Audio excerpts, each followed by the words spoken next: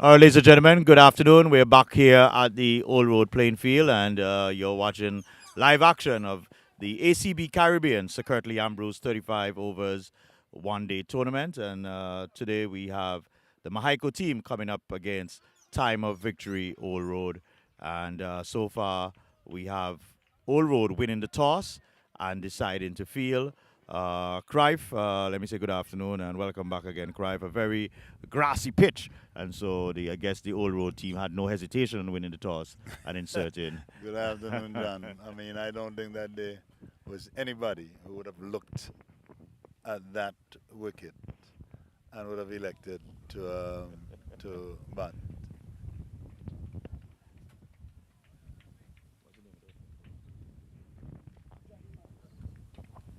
So we have Jahim Africa coming from the northern end, or if you want to say the village end, and Stephen Fain taking strike thus far. I think about 4 deliveries have been bowled, Crive, and so far the bowler seems to be pitching it up, keeping it full. Don't Well, know. I'm a little surprised that how the wicket is playing because from the look that I had at the wicket, I would have thought that the ball would have been holding up, but so far so good. And the youngster batting left-handed seems to be very, very resolute in defense. Well, I think he's also batting with some sense of apprehension, not too certain of how the pitch may play, and so he doesn't want to be too expansive too early, and so he looks to be very tight in his defense, trying to make sure he has everything covered. And then again, I haven't seen any ball in the over so far that has actually misbehaved. So that must be a very confident thought for the batsman. And that was a full toss that should have been put away on any wicket, by the way, John. But again, as I said, I believe because of the uncertainty of what to expect on the pitch, he's in a very much defensive frame of mind, and so even on that lovely knee-high full toss, which could have been put away anyway, he just tapped it into the offside there.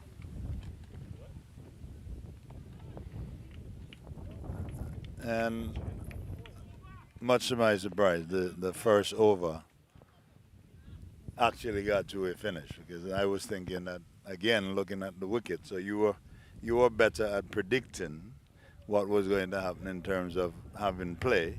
I mean, hey, we finished the first over and it's 1 over, no runs. Well, it's going to be interesting to see how the. Oh, well, before we go any further, let's just know viewers know. Yes, this game should have started at 1 o'clock.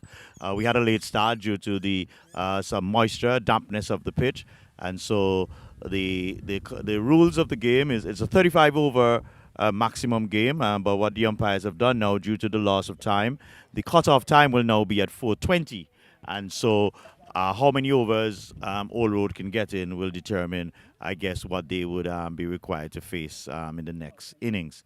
But Mahaiko, right? Mahiko, sorry, yes. But Clive, what's going to be interesting to see how this top end play because this end was a lot more grassed than the bottom end there. But it looks like they're starting with a spinner. Oh, okay. Quite. That's unorthodox. I mean, you have seen so many. You have been seen so many additions to this new game because this is the new age game. I mean, during my time, you would never ever have a spinner opening or bowling, and I'm talking about in no version of the game. But hey, let's see what happens because this is the troublesome end.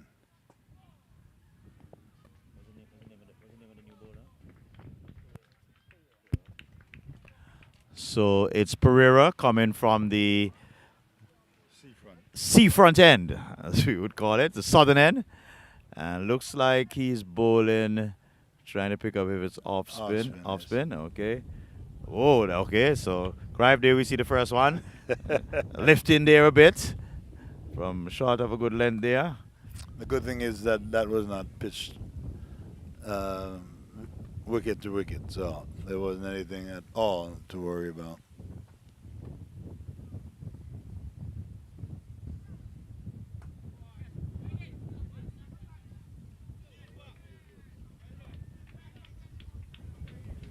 And John, we've got the first run on the board. Yeah, first one from the bats, the long hop there, and the batsman Mills just helping it into the onside for a easy single. So Mahaiko, they're off the chart, off and running. One without loss. We're in over number two. So that's another thing we can watch too, Clive. For a lot of these players, it will be probably a new experience in terms of an organized game. How well do they understand the field placement, how to Correct. adjust? Correct. We have a left and right hander batting now, so that's going to demand a lot of movement with the strike turning over. Well, so far, so good. The bowler seems to be willing to throw it up in the air, and I can't detect any spin coming out of the wicket so far. Oh, okay. All right. Well, just the first over. We're in the second over. Yes, we just yes.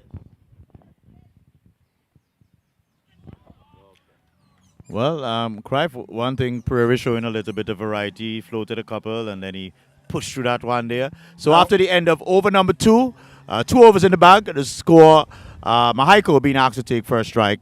They are one without loss. I actually like the action of Pereira. I don't know if he was watching a lot of TV, but his action seems to be genuinely that of a off spinner, orthodox of course, and from the height that he's coming from, it looks as if he's going to extract some bounce from the wicket. And again, we have not seen too much to talk about in terms of the wicket from the southern end either. Just a quick update to our viewers. The game between Erlings and Masters, that game has been abandoned due to a wet wicket. And my understanding is, Mark, Masters is a continuation of the St. Paul's team. Yeah. Clive, how can you not in the Masters team? Boy, I tell you, had I known, I would not have been here today. Yeah. All right. So far, I would say, a very cautious start by the batsmen. As I said, I put that down to the fact that they're not too certain how this pitch is going to be playing. So they want to be a little bit watchful and see what is happening. But let's see what Africa comes with in his second over, coming over the wicket.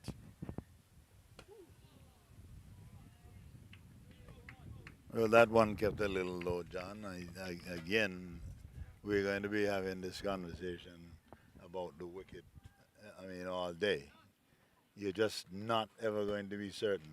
But it looks as if it has dried out, and with the recommendation that you cross roll and then go the full length of the pitch, that it seems as if that has worked wonders.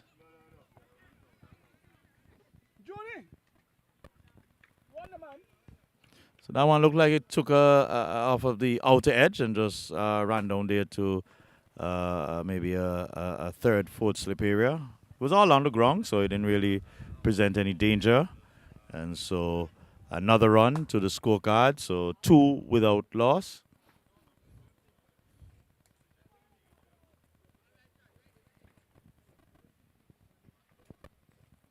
So the keeper is actually keeping up. Quite interesting. Wow. Keeping up for Africa.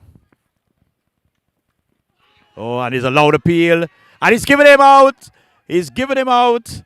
And so the first strike here after 30 years, Africa putting his name in the book, getting the wicket. Looks like a thin edge there, and the keeper gobbling it up. So Cruyff, Well, early wicket. I don't know about that, John, because there was some dissension shown by the batsman who seems to be saying that he did not play that ball, and in the absence of the wonderful replay that Mark has promised, I guess we are never going to know. And he's still showing some dissension. However, the score is 2 for 1 wicket. Africa being the successful bowler. And this guy, Africa, has been around since time memorial, right, John? Yeah, I've heard the name coming around. I'm But just isn't he from Grace Farm? I think that Tittle has moved out some of his players from Grace Farm. That sounds to me as if we're going to see more of that. If Tittle is the coach for Mexico. Is that the same Africa who's was played? Right. Okay. All right. So he is moving around. Okay. Oh, he's just all right. He's just playing for Mexico today. so the new batsman there is Durari Francis. Durari, I think, is a up and coming, promising player for. I think he plays with Jennings. Plays with Jennings. If I'm not mistaken, he played in some competition for Antigua the other day, and but here is Africa gathering a little steam after getting that wicket, and that ball coming off nicely there.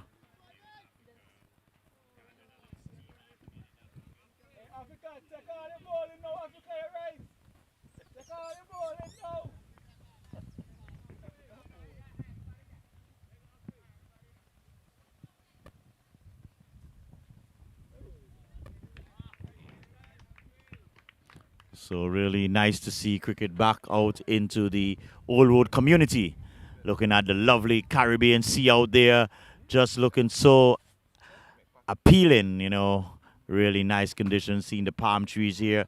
This one is bad misfield there, and that will run into the boundary for 4 runs. Was a lovely shot, but that should have been stopped quite easily there by the man in the extra cover area there, but he let that go through, and so the first boundary for the game, and so the score goes up to 6 for 1 after 3 overs. John, that was a well played shot, just like you mentioned. And I'm not too impressed with the outfield. I think that the field inside, at least at this point, will have to try and negotiate the unevenness of the outfield. But again, good shot, well timed, and even if you're going to lay blame at the feet of the youngster who didn't do his best, I'm saying that we're going to see more of that.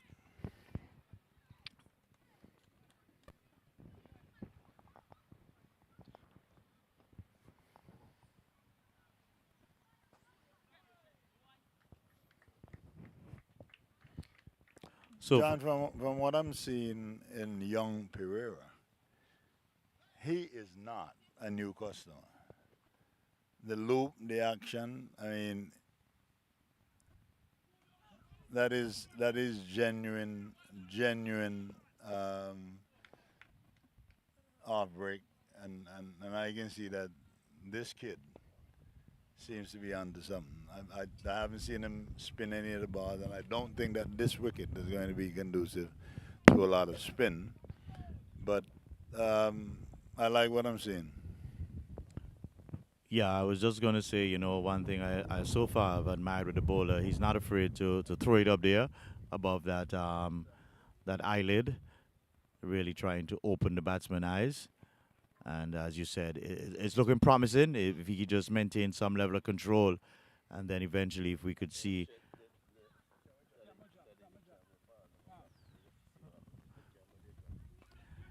this one is hitting the air for a chance for a catch and not fielded quite. That was he made a mess of it. The man there, the wide cover boundary there, that was hitting the air. Should have been a catch there, but didn't really line it up properly, and so another boundary there. So missed chance for the old road team. And John, that is everything that you should not do when you're going to make an effort to catch. That's everything that was wrong. I mean, he was never in line. It never looked as if he was going to make a catch of it. But again, you can probably chalk that up to the lack of experience that you're seeing in the all road team. Exactly my sentiments. I was just going to say, obviously the lack of experience there. So the score goes up to 12. 12 for 1. And so the batsman on strike, that's Mills. So that was Derari Francis. That's got the opportunity, got an opportunity there, the chance. And this one is whipped off of the pad there, and that runs into a wide fine leg position for another 4. So bowler there just missing his mark, and Junie Mills capitalizing on that opportunity. Young Pereira again, and this again will go with experience. He seemed a little dejected after that that catch was put down by the young fella out in the outfield. But this is going to take a lot of patience, and I'm hoping that the coach of the Oro team will be willing to send the message that this is a process and there will be these growing pains, and in the end, they'll probably be better off for it. This is a tough game, and you cannot get down on any one of these youngsters when they make mistakes. So we have 4 overs in the bag, 16 for 1.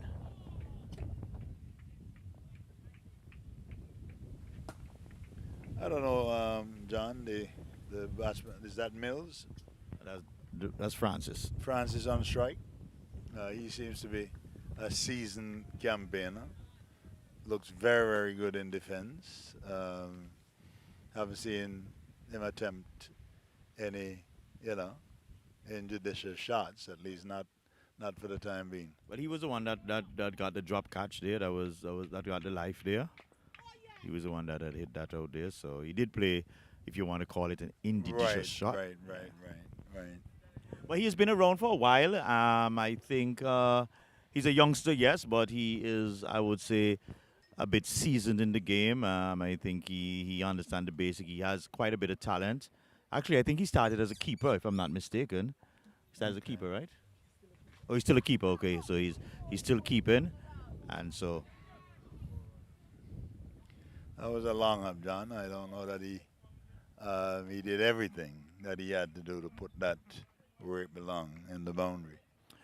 yeah, so not a good delivery at all there from Africa and Francis. It was a bit aerial though. Probably would want to get on top of it and punch it, more on the ground.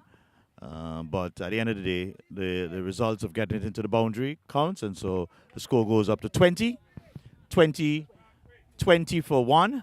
We're in over number 5. And he did dispatch that to the boundary with disdain. I mean, I don't know. That gave you any remembrance of you, Cruyff? I understand you yeah. Back in the day. Cruyff, I understand you were. I understand T20 was made for you now. They say T20 just come on the scene, but I understand yes. you. And to be honest with you, I know so much more about the game today than I did before. Um, and that goes for most of the people that played during my time. We just played because we had the time and we had the talent. But actually, another catch goes down because Africa should be a little dejected because that was actually a sitter. Actually, a sitter.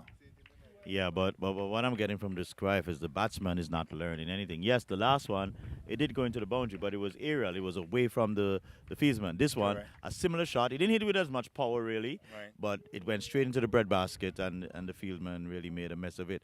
So he has to be a little bit more circle. Oh, That was send a- it to the wrong end. Yeah.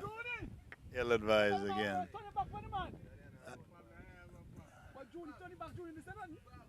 Again, John. Again, you see the inexperience in the field. That ball clearly should have gone to the keeper's end, and that would have resulted in a run out. Easy chance, but again the fielder elected to go to the bowler's end, while the batsman going to the bowler's end was back in his crease a long time ago.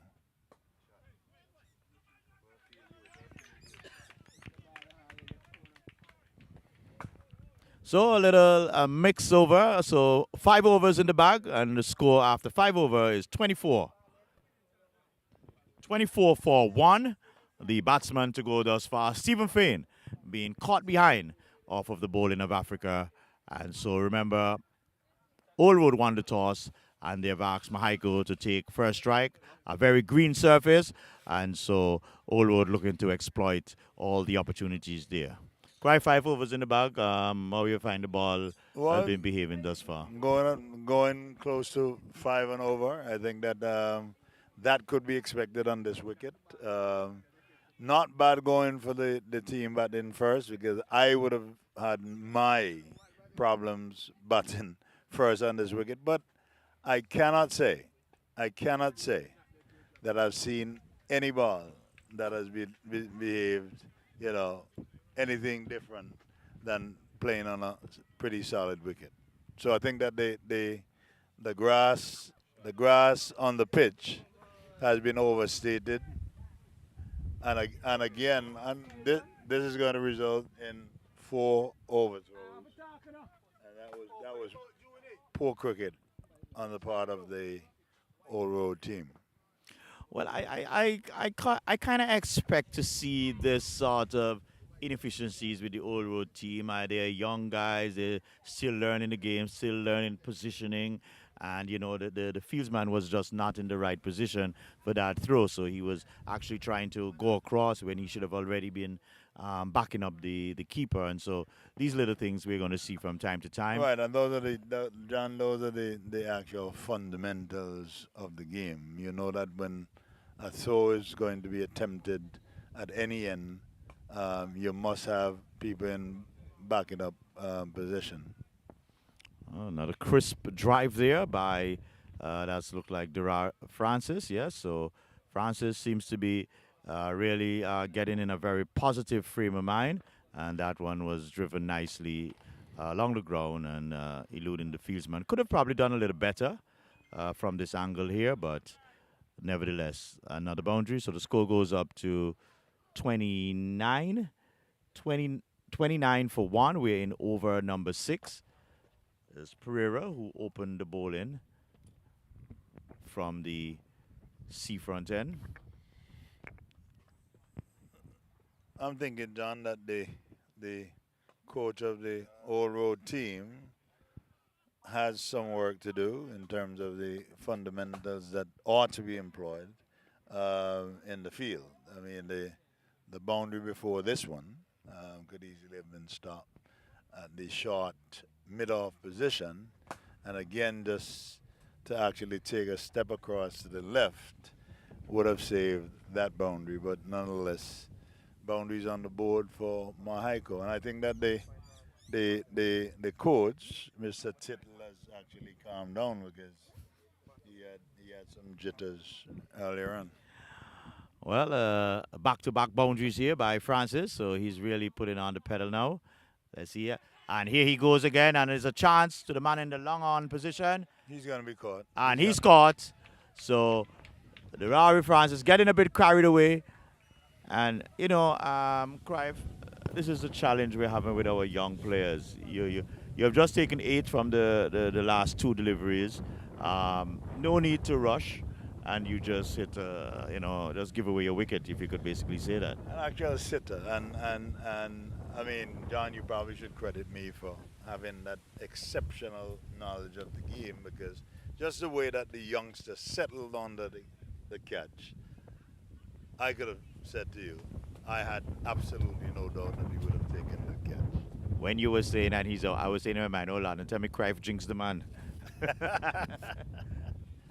I mean, again, if you would have learned, and this is what is happening, and I'm talking about at least in the Caribbean, because I don't know if it's the way that we socialize, but you can see where we do not learn the game the correct way, and as a result, because I mean, it's just unbelievable that you go to the test level and people have to tell you that you've got to run the singles and if the ball is moving slightly away from you, that you've got to move your back foot across, followed by the left foot, and then you would be in a better position to play the ball. But even at the test level, you're seeing most of the West Indies batsmen getting caught either at the slip position or by the wicketkeeper. And it tells you that we are just not learning the game the correct way. There is a correct way to learn this game. Yeah, but Clive, doesn't it start from this level, from the school level? Isn't it that way? Isn't it in that state where we're teaching you the fundamentals, the principle of the game? When you reach to the Leeward Island, the West Indies team, I mean, it's more motivation, it's more mindset, I would believe. Um, well, we have a new batsman at the crease,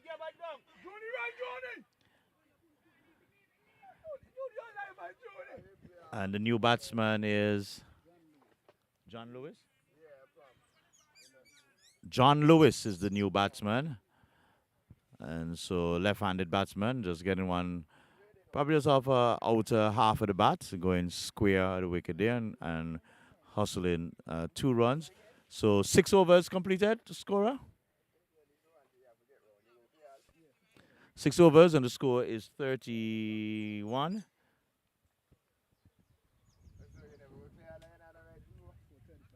35 for two. 35 for two from 6 overs. So just a little shy of 6 runs and over there, Clive. Yes. Um, Again, I would say to you, John, that I don't know if it's the way that young people socialize these days, because you look at the composition of the West Indies team and maybe to a lesser extent the Leeward Islands team, and you can see where the youngsters are just not learning the game the correct way. There are just some fundamental things in cricket that when you're 13, those fundamentals are things that we would have mastered.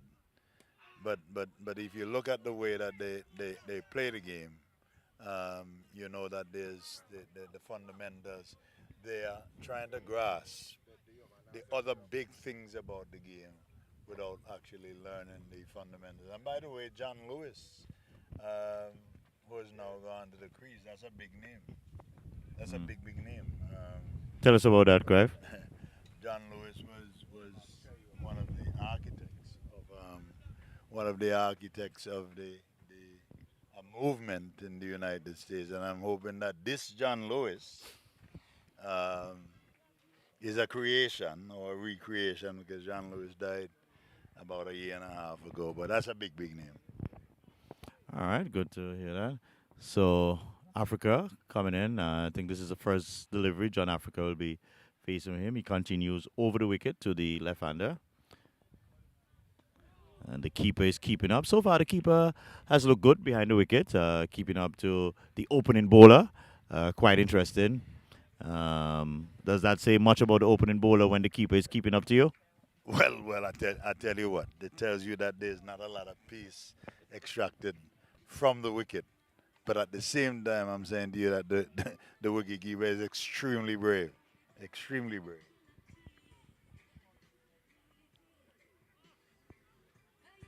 Nicely steered into the offside. And so getting a single there. Score goes up to 33.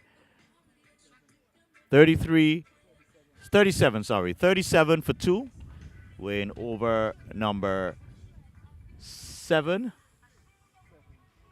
So far, Old Road maintaining the 2 opening bowlers in Africa and Pereira.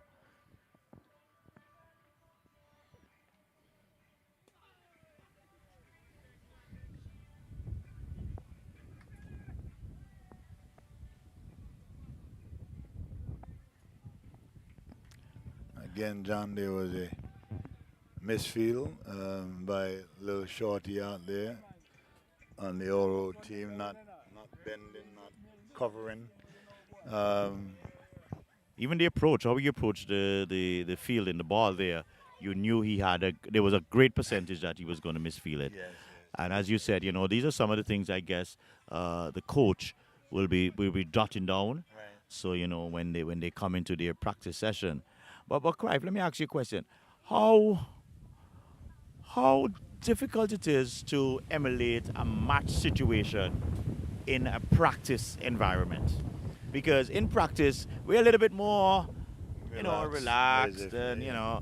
but how can you get that same sort of energy in a game level energy in a practice session? Well, it has everything to do with the approach of the coach. Of course, practice sessions are completely different to match situation, and that's where a coach takes the responsibility in terms of the actual preparation. There's a different mindset. There's a totally different what you can get away with in practice. You're not going to be able to get away with um, in a match situation. So that is all dependent on the approach that the coach uses. Of course, they have the benefit today of game assimilation and stuff like that. Something that most of us didn't even have a TV when I was growing up. So, I mean, there's so many things, analytics are available today, and that was just never the case when I was growing up. So the youths of today have all those things available to them. So even even if the coach is not minded to suggest some of these things. All them some of them on the internet, man. They're readily available at the tip of your fingers. So again, the youths will have to take some responsibility to do some of that research on their own. Well, the Pereira continues, and there was Lewis punching that into the offside, but straight to the fieldsman. And again, similar, hitting it straight to the fieldsman there. So, And there again, John, you see Pereira with that nice little loop. I mean, he does everything right. He does everything right. I don't know how much spin he can extract from the wicket, being as grassy as it is. But I mean, you can see where Pereira is going to be okay. oh, that one Very is nice beaten variation. there, coming forward, and the ball just eluding him there. And so Pereira putting a little pressure there on Lewis. Lewis in the first three balls played some crisp drive, couldn't beat the fieldsman.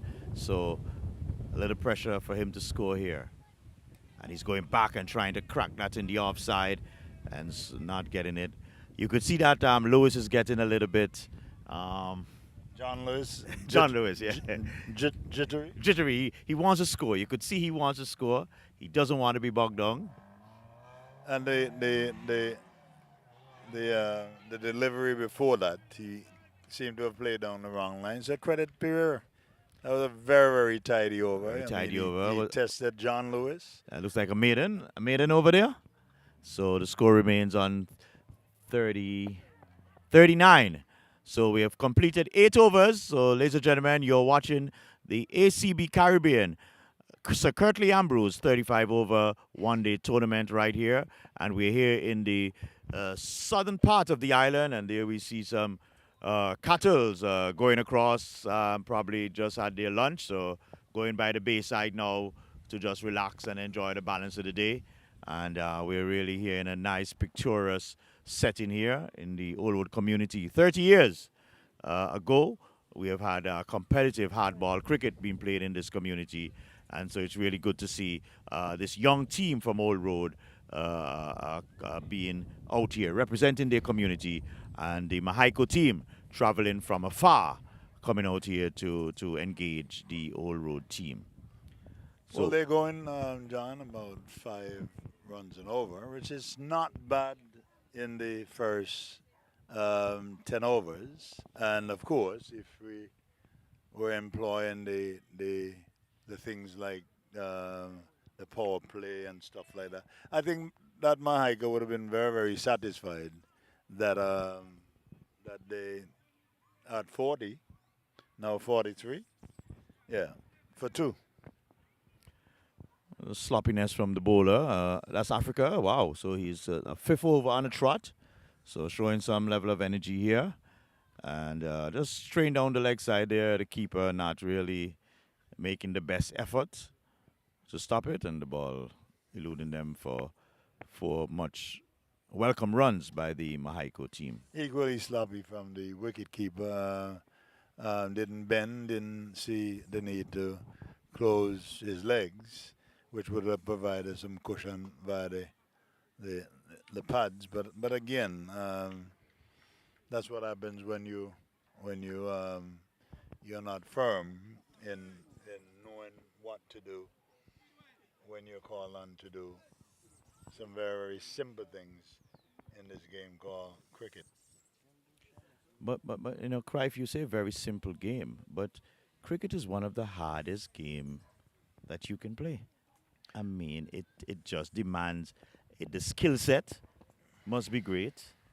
The mindset must be excellent. I remember doing an interview with Andy Rouse, Sir Andy, and Sir Andy said 90% of the cricket is played above your shoulder.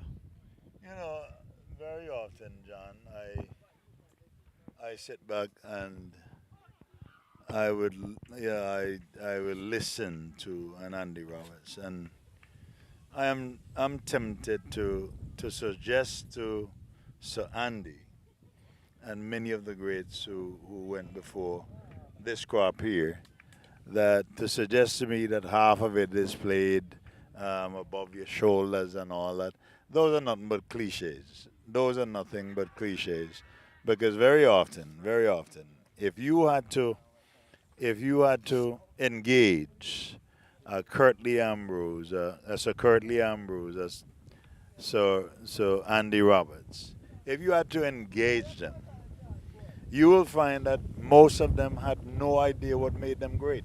So I don't know that to suggest that 95% of it is, above your shoulder, which means that you've got to consult your brain at every turn and stuff like that.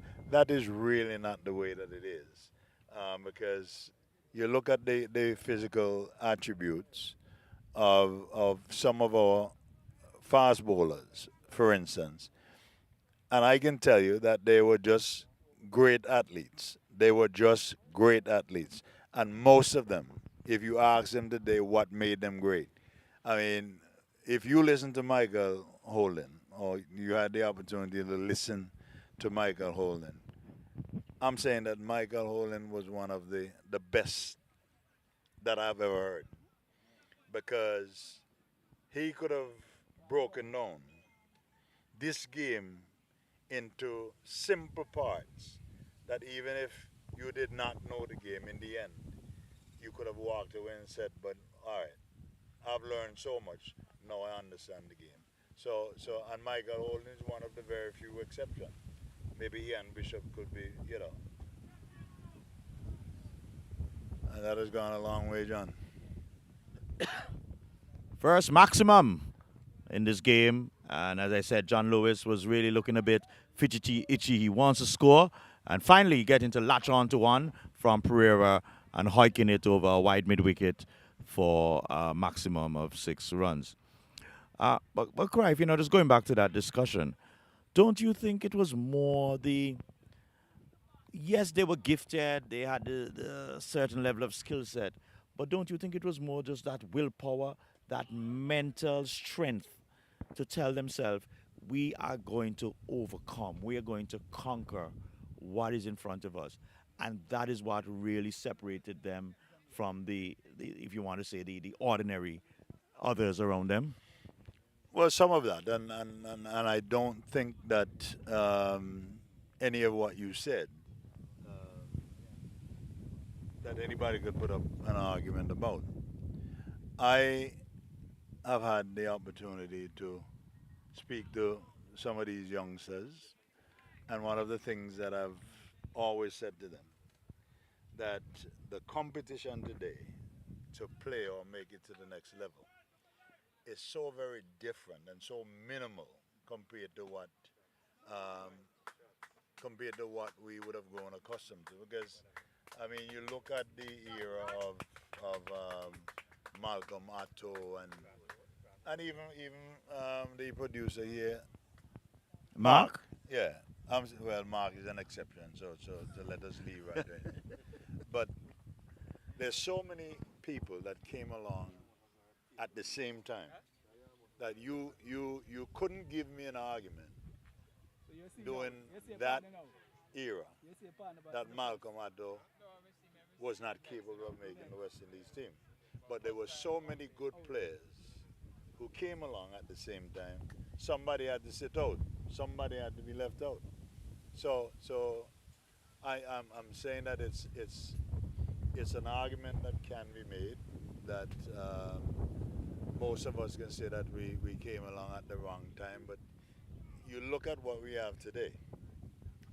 There's so many things that favor making it to the next level. And I just think that more emphasis should be placed on the development of some of these youngsters. That when they actually call, when your name is called, you can put up your hand and say that you're ready. Well, we want to say good afternoon to James Trotman. He said he's listening to us. The Mark, he said the audio and the video is coming through quite clear, and he just wanted to big you up, dear Crive.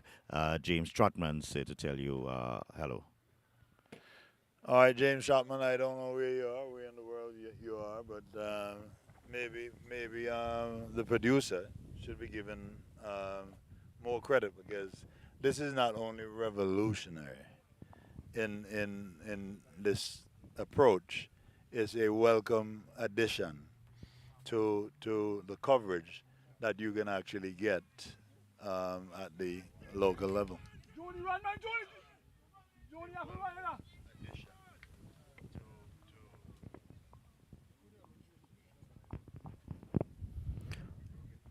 Okay, Earl, you're saying no audio. Please let us know if it's all working. We just got comment that it is working, so the audio should be there. And we want to say good afternoon to Amali Helliger, telling us that's a different Africa. Okay, well, we have South Africa, we have East Africa, West Africa, so we'll find out which Africa this is.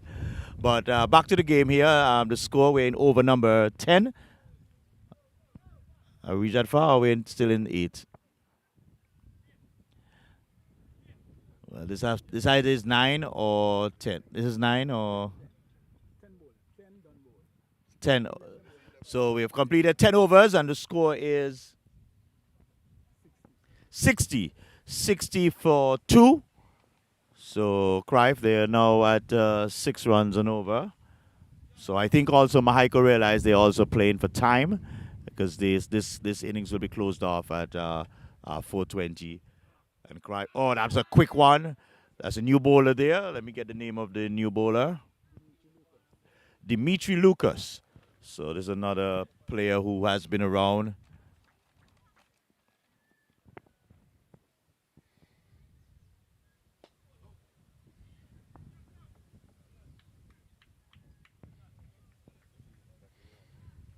Not a gift there, John. Well, Crive, after this over, I'm going to have to step out of the chair. I got another engagement I got to get to, so I'm going to leave you in the hot seat to carry all the fire. Wow. um, but it was really good being here, really good to see cricket in the Oldwood community. See these two teams. Relatively too young team. I think Mahaiko may have a little bit more of an experienced team. A lot of these guys have been playing for a while. And there's a loud appeal, but umpire definitely not interested. We also we want to we want to big up our umpires. That looks like try to bring his name again. Oliver Benjamin and Calvin Thomas. Yes, a lot of times we forget the umpires and. Wow. The fieldman there said he wanted none of that. I know when I saw that, that just reminded me of one of the earlier interviews we did on the Talking Parish League show with Rest His Soul, Crazy. And, he said after he played a drive, he told the young man, "Sir, your hand have better use for you. Don't put your hand there after that drive. And that young man took that advice there, pulling his hand out the way. Yeah, that was powerfully hit. I mean, again, it was a gift, a full toss, and it got the treatment that it deserved.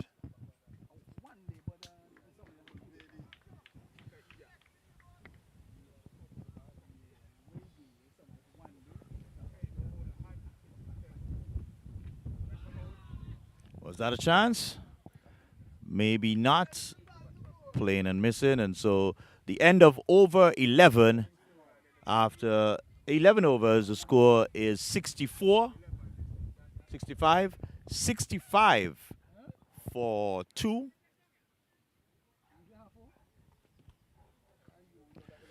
Crive, I'm going to turn over to you. And Mark, I really got to run. To the viewers, I won't be in tomorrow, but hopefully from the next week, I'll be back. Well, thank you, John. Still going at about six and over. Pretty healthy run rate because when you go at 6 runs and over um, in a one-day game with wickets in hand, then a platform would have been set or a launching pad. So Mahaigas should feel very, very good about the state of play, and they should be able to build on this. So I'm looking at least 150 that will be put on the board by Mahaiko. Pereira continues from the seafront end. That one is played down to the long on position, and he was able to try to for a single. Lovely day for cricket. There is a northeasterly breeze blowing at the grounds, and this happens to be an open ground, not shielded by a lot of trees, and it's really a lovely ground. But again, it's a ground that needs to be developed, which is the keys of all the grounds in Antigua. That one is tucked up to the mid-wicket region, and he gets another single. And this must be very disconcerting for the Oro team, having to make adjustments with the left hand, right hand combination at the wicket. Pereira short, another catch going down. Oh, okay. Thanks, Mark. I think that I may have to have my eyes checked, and that is usually a signal that I may be aging gracefully. That's a good-looking shot. Um, the batsmen they're going to come back for the second comfortably, as getting 2 runs comfortably in the end. But that was a graceful-looking shot played uh, where the man at the mid-off position had to come around, and the batsman were able to cross for two.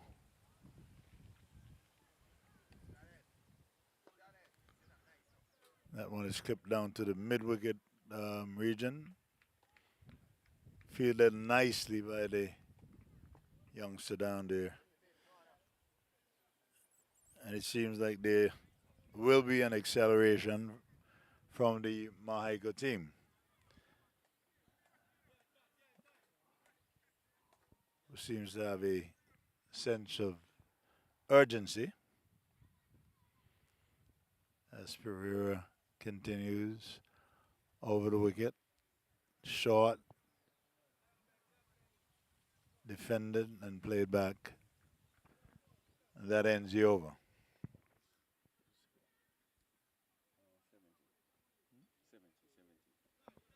70 from 12, right? 70 from 12. Again, Mahiko seems to be firmly entrenched.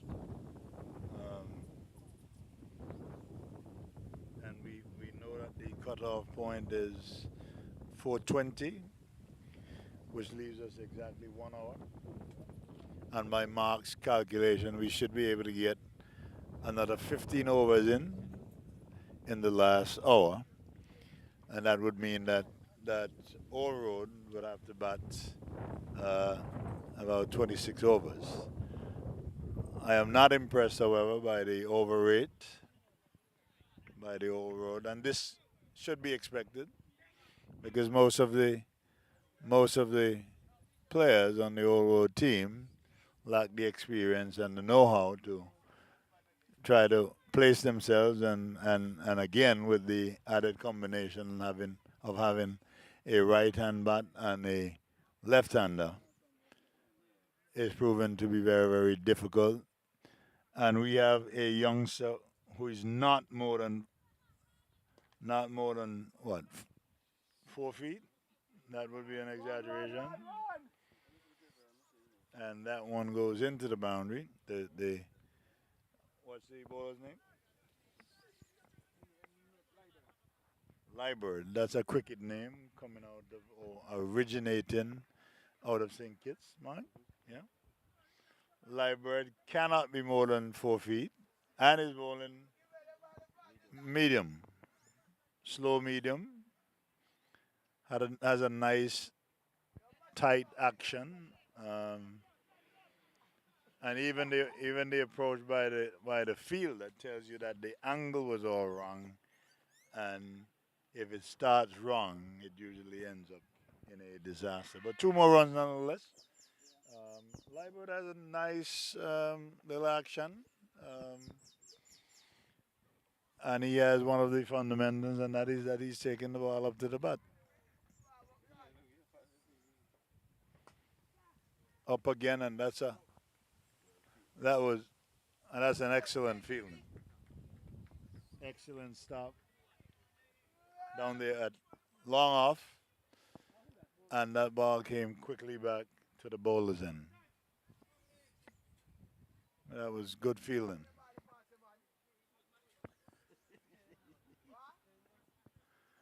But Liebert seems to be a diamond in the rough. And I would think, Mark, that he should be about what, 13, 14, which means that he has 4 more years to grow. Full toss again, and that one is dispatched through the cover region, and it ends up over the fence, another boundary. And Liebert should not be dejected. Um, these are the growing pains of cricket. And now he's being spoken to and advised by one of the senior members of the Old Road team. And he should be encouraged because, like I said, this is tough stuff.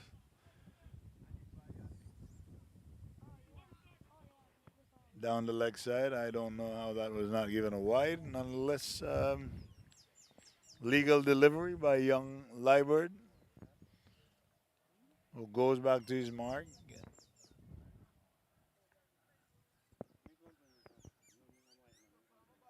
Still racing in. That's a good delivery. Good delivery by Liebert as he brings the batsman forward.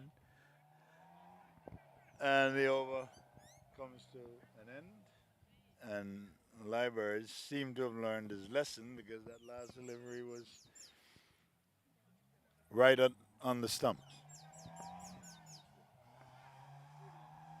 81 from 14, 13 overs, 81.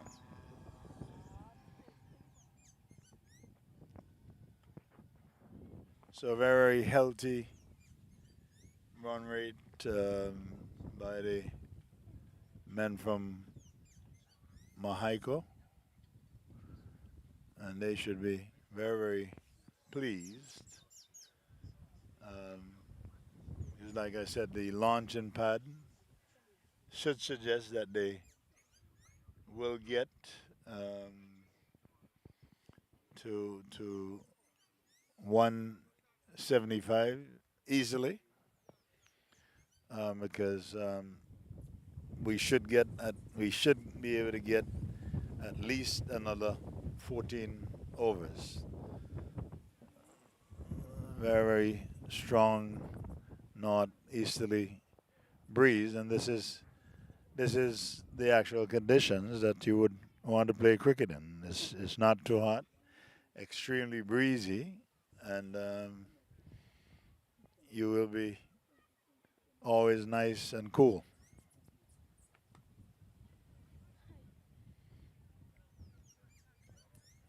All right, so we've got a change at the seafront end.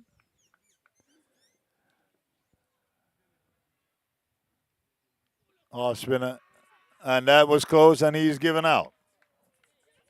Well bowled, that one straightened, and it was a quicker delivery, and the batsman was given out.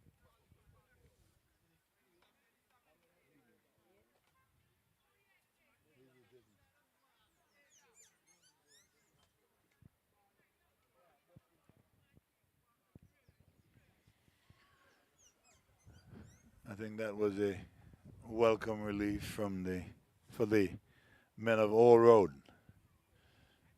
because um,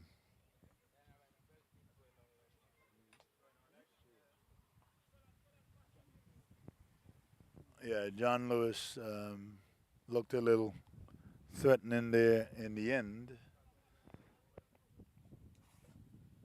and he was adjudged LBW. And since we don't have the benefit of replay, Mark, I would say from my vantage point, he was struck plumb in front, and he was adjudged LBW.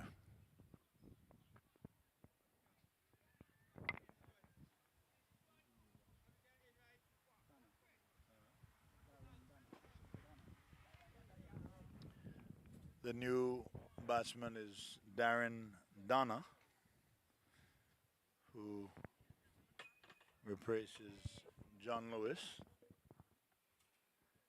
And the men from All Road should feel pretty good about themselves, because now you have two right-handed batsmen at the crease.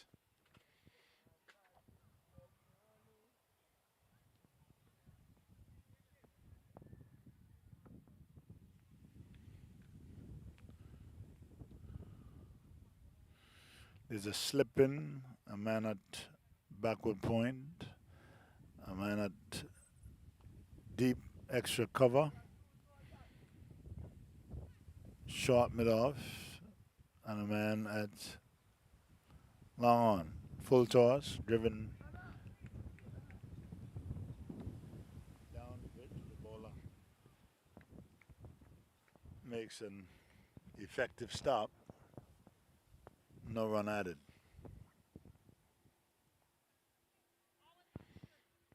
And that ball was not on the line of the stump, but it resulted in a leg by.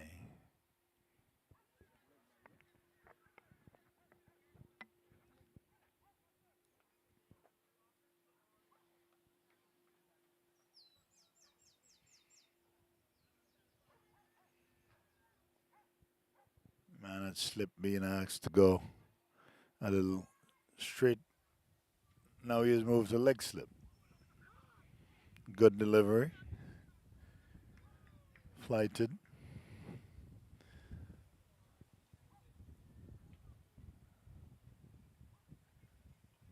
Played down to short mid on, and it results in no run. Very, very quiet period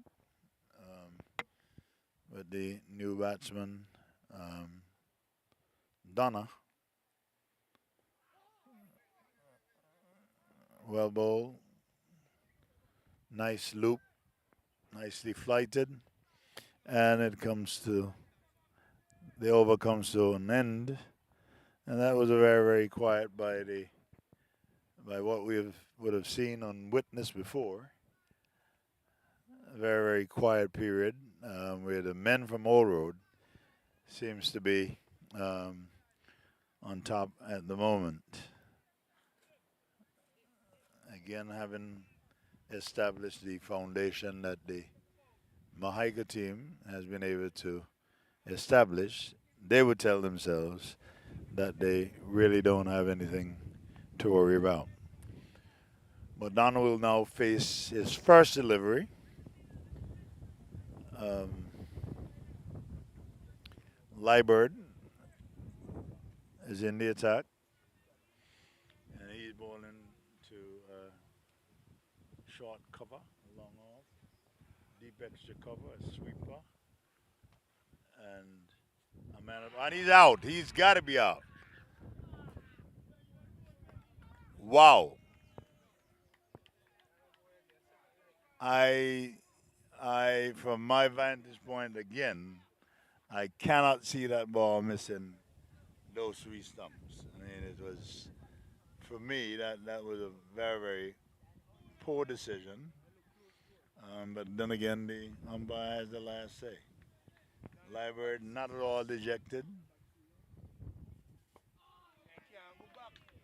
Good delivery from Liebert, and like I said, to be 4 feet, Mark. He's a tad shorter than you were when you played at the highest level, and I could tell you that Mark Charles was one of the strongest bowlers. I mean, in my time,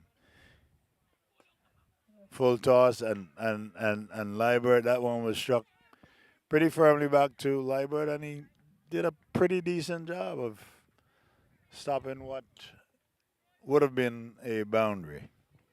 It resulted only in a single, and I think that with the stickability that Li- Liebert is going to be okay. Nice little cricketer, and he was actually able to beat the butts. So kudos to Liebert. Right, exactly. Just about the same size at your age. Lovely delivery, driven nicely down the ground to long on, and that too results in a single. But a very very quiet period for the men from Mahaiko. In the last 2 or 3 overs, we've only seen about 5 runs.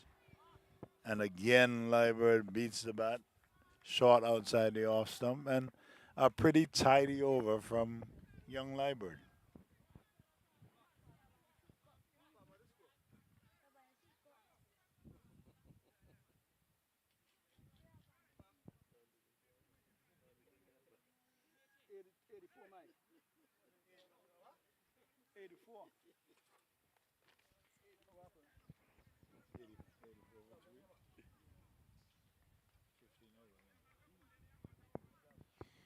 Score is 84 for 3 in the.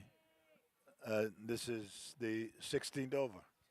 So a big drop in the scoring rate by the men from Mahai, and he's out again, given leg before,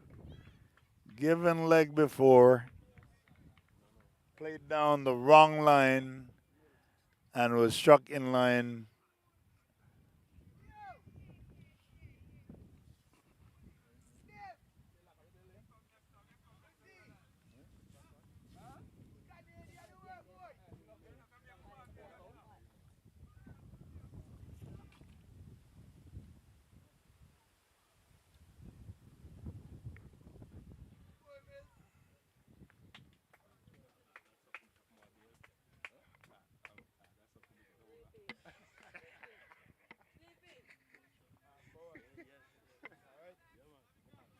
Just waiting for the tabulation of.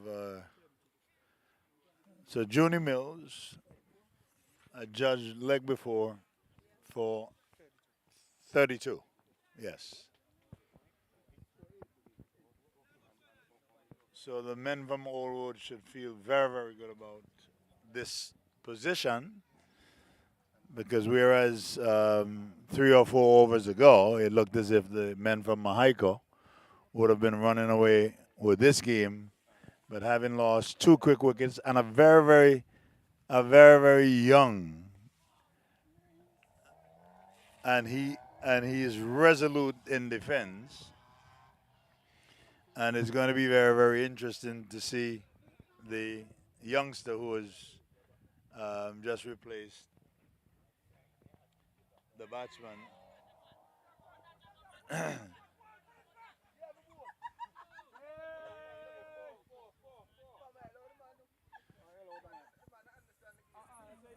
And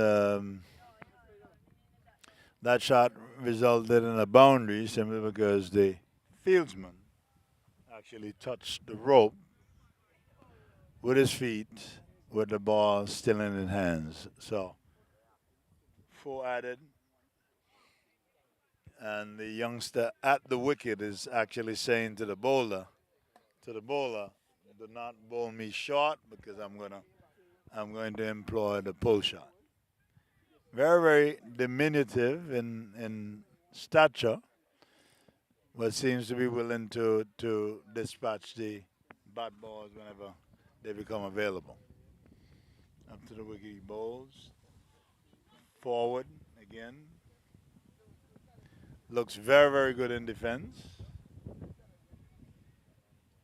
And it should be very, very interesting, Mark, to see Liebert bowl into this youngster. Yes, yes. That's the end of the 16th over.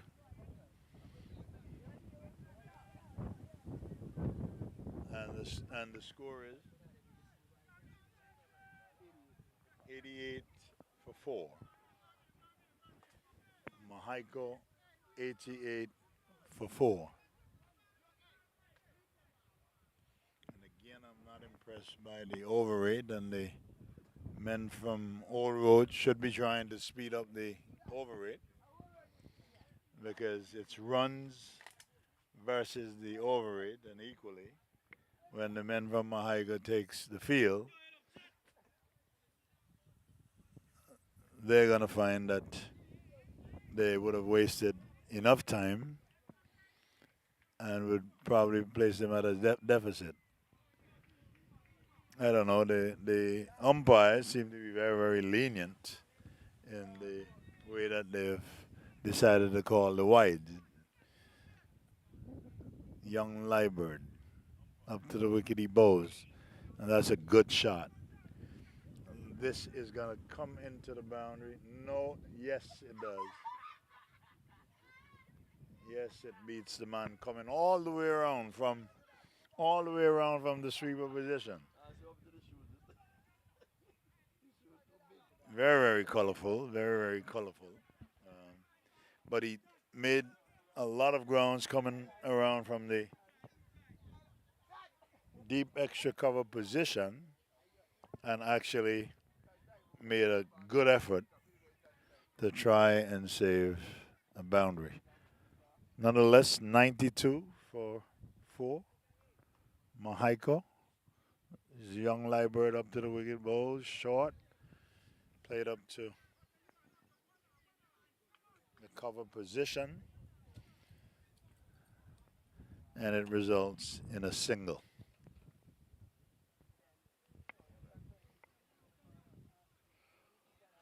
Well, what we've been waiting for, Mark, has finally arrived. Two youngsters, yes, just about the same age group, and the batsman does take his guard, um, right, and like had had to be turned around because the batsman decided he wasn't ready. And if I had to bet, I think that Liebert is going to win this battle. Up to the wicket, he bowls nicely forward. Seems to be very, very accomplished. I don't know. Maybe Tittle can tell us the origin of this youth, but he seems to know. Um, yes, yes, yes, yes. Short, and he plays it nice little stop at short cover.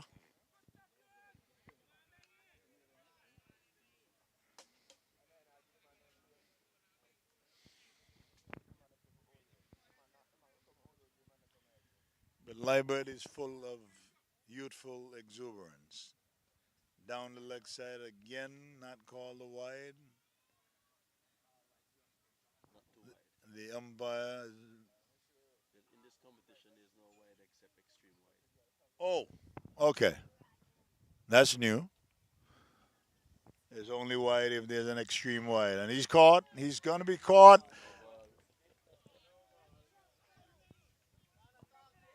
Oh, wow. Wow. Wow. Wow. Wow. And, and lost the ball.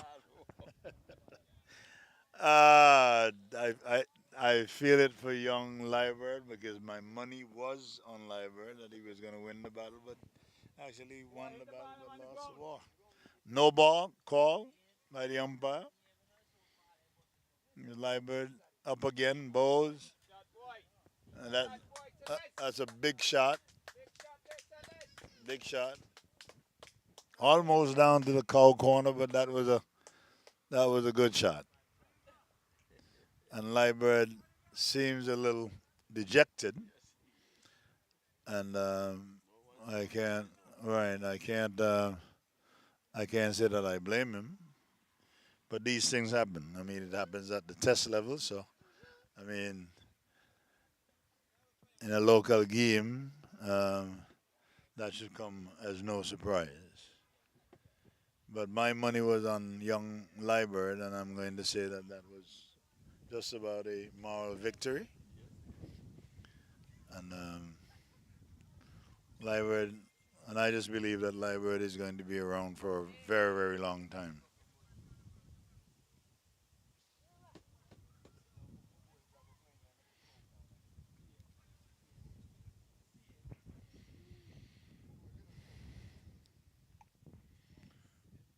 New over, ball down the leg side,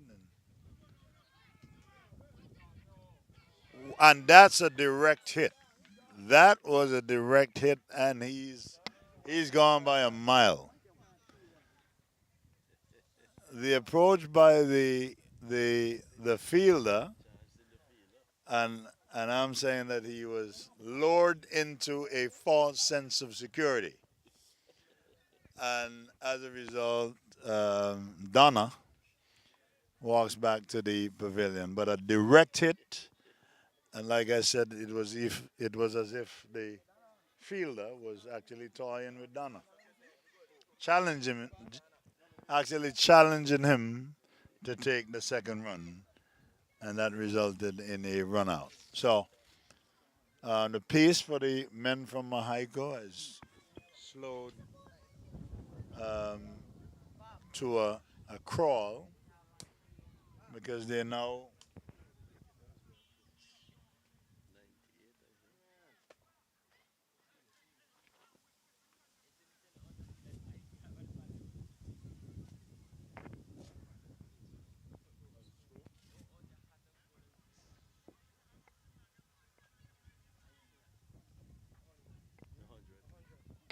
100 for 5 in the 20th over,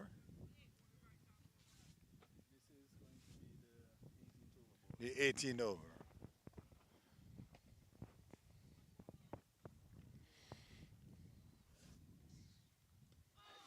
It's a good delivery. Good delivery. Straight, fast, just outside the off stump, and he was beating all hands up.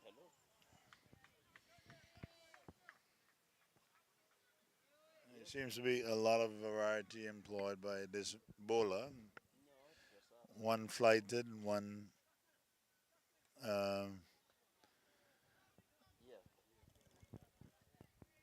from what I'm seeing, the men from Mexico may just about be at the end of their batting because um, the batsman at the crease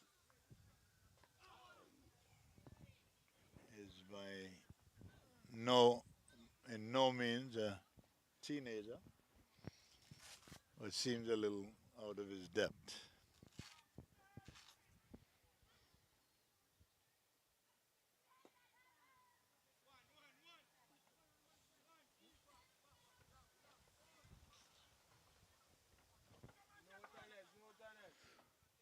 Score now 101 from 18 overs. The men from Old Road must feel very, very good about themselves because it looked 5 overs ago like they were actually staring down the barrel of a gun, looking to be set back by at least 175, 180, and to be in this position, I think that the men from Old Road should be extremely proud, having some very, very inexperienced youngsters. And with 25 minutes to go, I would think that you're only going to get another 5 overs that will put us squarely on the 23, 24 over mark. So, again, the men from Old Road um, came storming back. Um, and now the men from Mexico um, may be facing an uphill battle.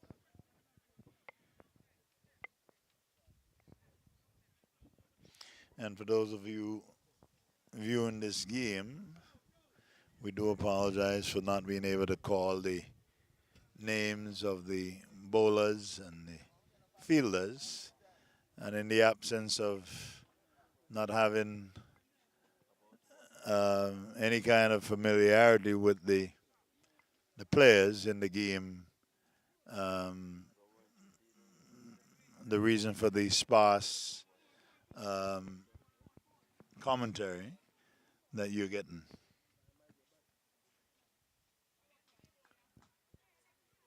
And that was wide of the off stump. Um,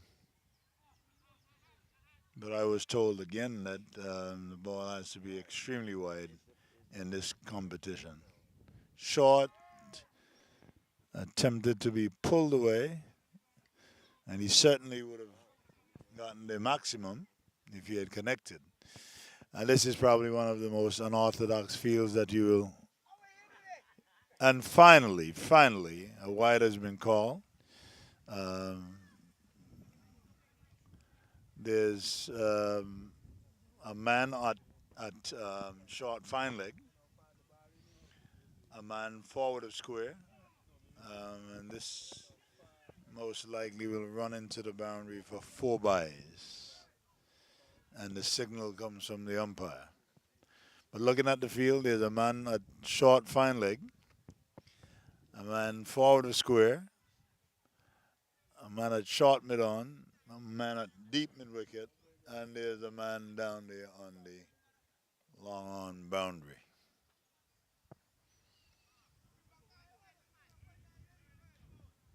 I would have felt very, very good, Mark, if I was bowling this game because I could actually get away with.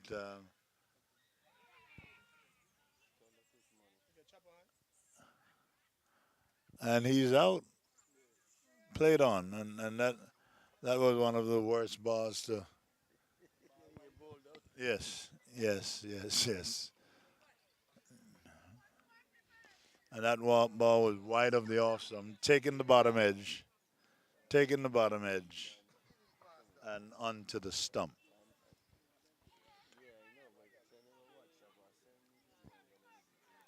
But you can actually see the vulnerability of the Mahaiko team.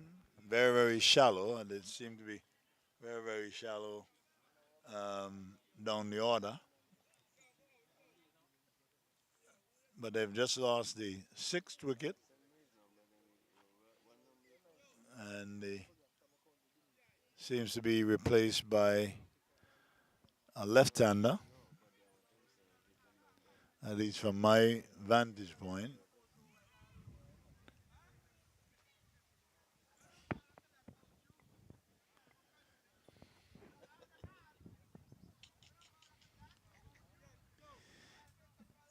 And I'm just remembering that Mark is a Mark is a past player of the Mahiga team.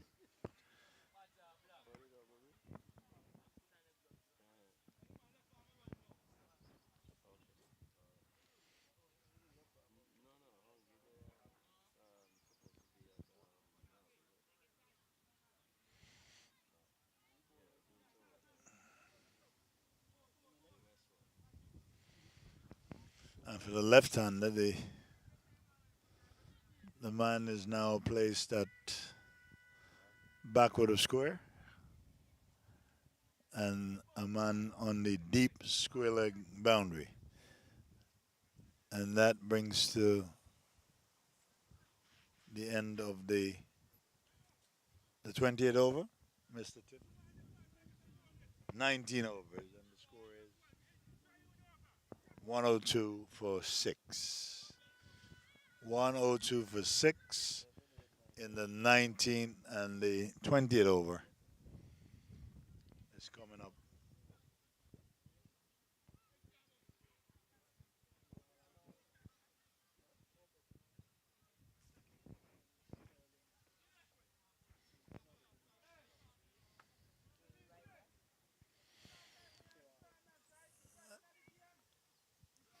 And the men from Old Road has 27 more minutes to complete their allotment, whatever that is going to be.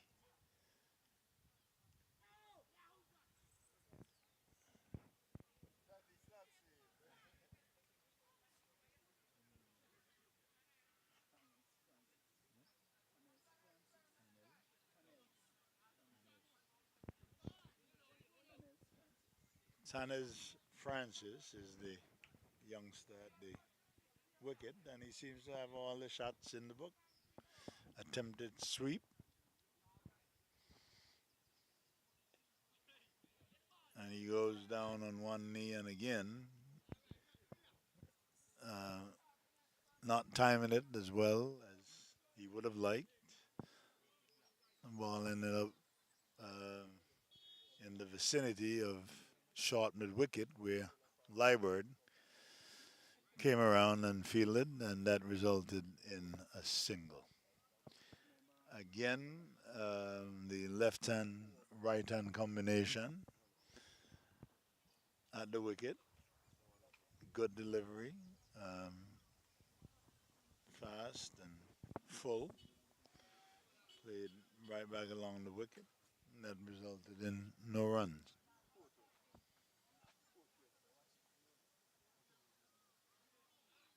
That one is down the leg side.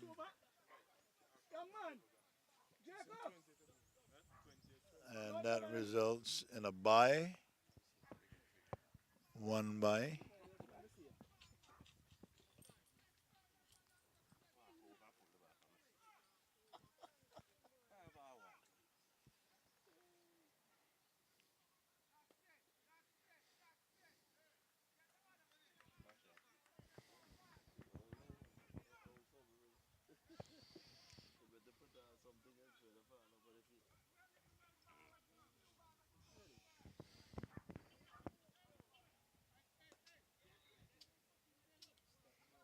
No run. Is the end of the over. Just about 20 overs completed with about 25 minutes left for the men from Old Road to complete the their allotment.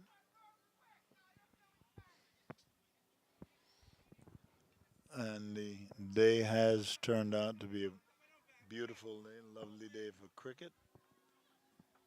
Having experienced very, very damp conditions at the start.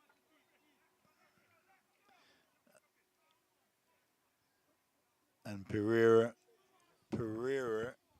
beats the bat, but it is going to result in four. Oh, and it did hit the bat. Um,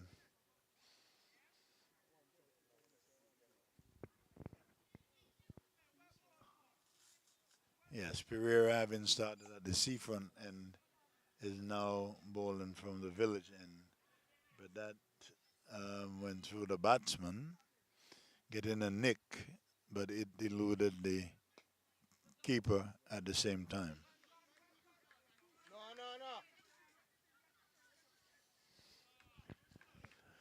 On drive to shorten the wicket, um, resulting in a single.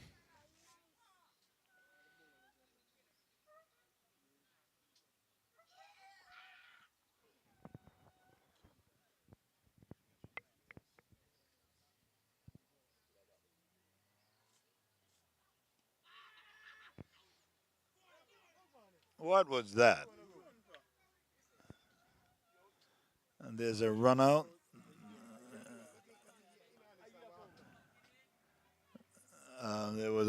There was a mix up um, where the two batsmen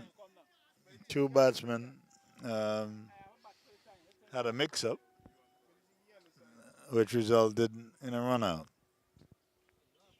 Totally in cover because the ball did not go more than 2-3 meters from the stumps, and um,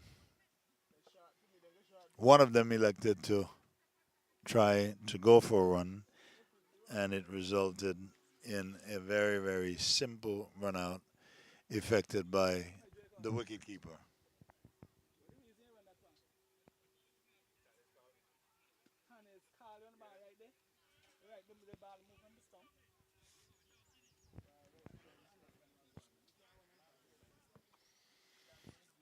And now, Mark, it seems as if Mahiko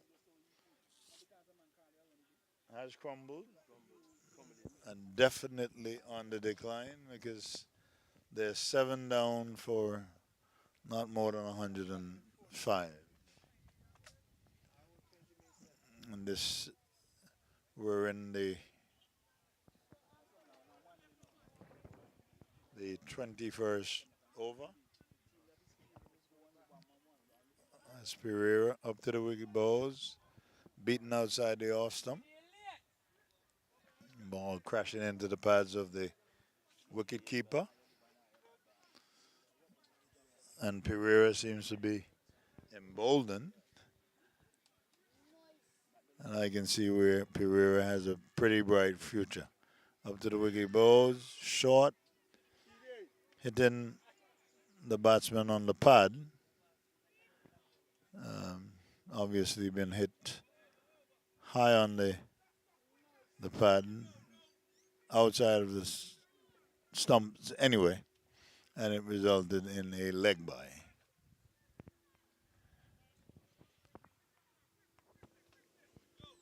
Men from Old Road have 20 more minutes.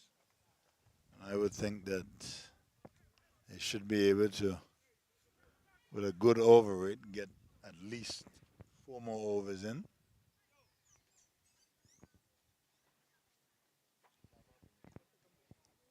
And I am very, very surprised that we will actually be able to complete the day's play. Change of bowling from the road end or the seafront end.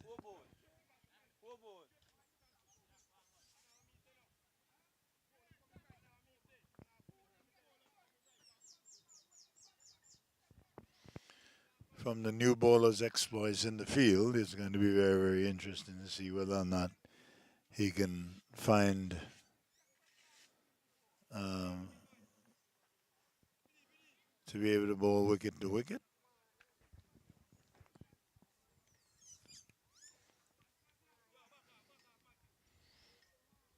He shapes up to be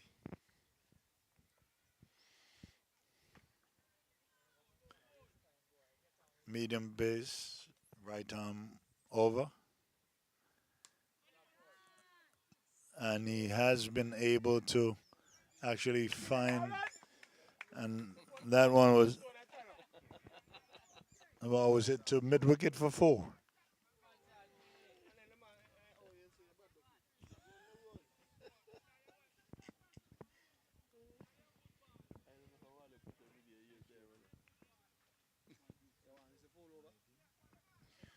118 for seven. The men from Mahiko.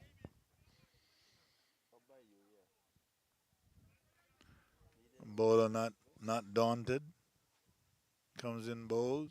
Full toss. Hit down to mid off, and that goes into the boundary for four. That was badly misfielded.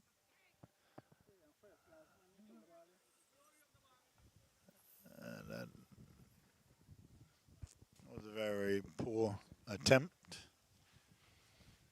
Should not have gotten more than a single, but it resulted in a boundary.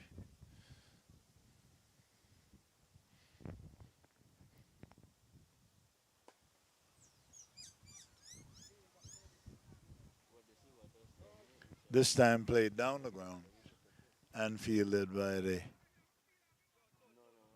same fielder who allowed it to go into the boundary on the previous delivery.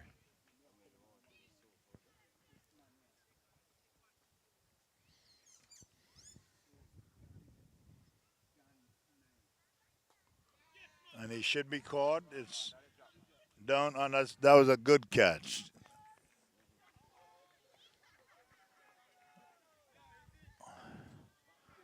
On the mid wicket, almost, well, three quarters on the way to the mid wicket boundary. And the catch taken. And now the men from Haiko are reeling at uh, 126 for 8.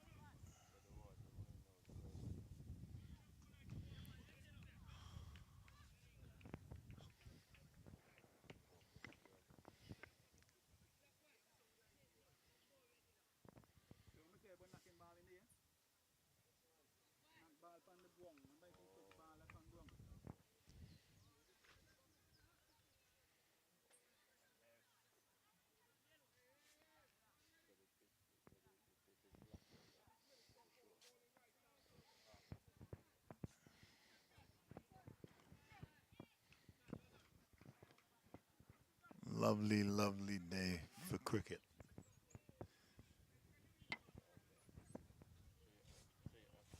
Another right-handed batsman takes up position at the crease. Well bowled and well played. And the bowler is so enthusiastic about his job, he runs back to his mark. Trots in now, bowls, full toss, flick down to wide fine leg and into the boundary for four.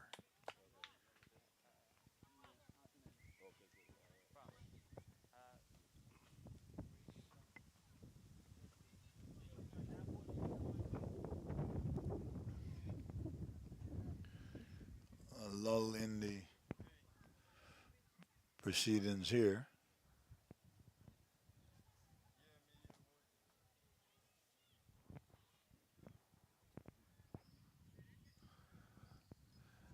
This being the Sir Curtly Ambrose one day tournament, an annual tournament organized by the Parish League. This being the first installment. Pereira flighting, and that's wonderfully stopped by the fielder at mid-on. Played all along the ground. A change in the field where the man down on the sweeper position is now fielding at point. And this must be Pereira's last over. It feels like feel well bowled up in the block hole, equal to the task. The batsman was able to come down hard on it. Pereira up, bowls outside the off stump, left alone by the batsman.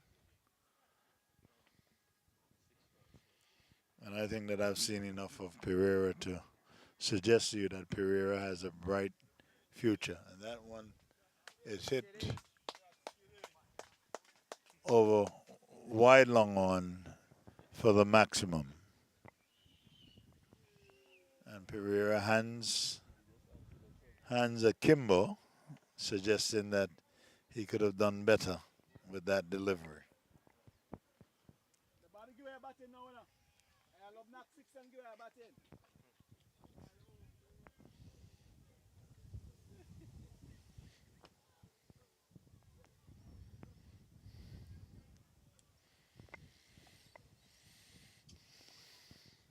Very peculiar field placement as Liebert is at short square leg. Quicker delivery through the ear, resulting in 2 runs. Ball played down to wide third man, resulting in 2 runs.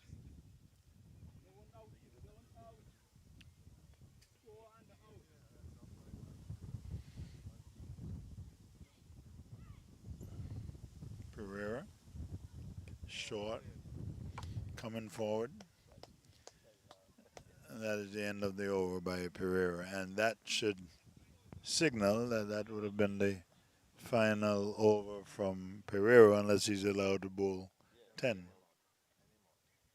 Oh, new rules. So Pereira can actually bowl himself into the close. Yeah.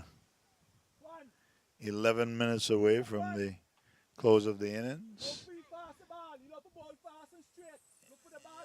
And I would imagine that we should be able to get at least 2 more overs.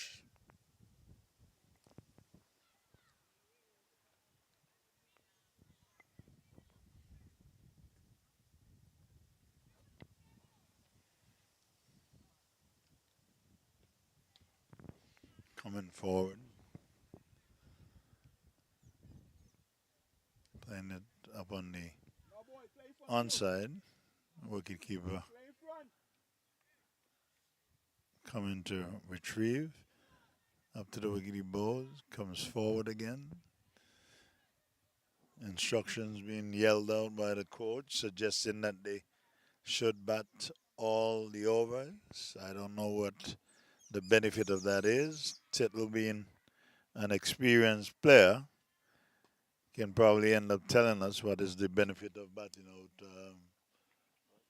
the allotment.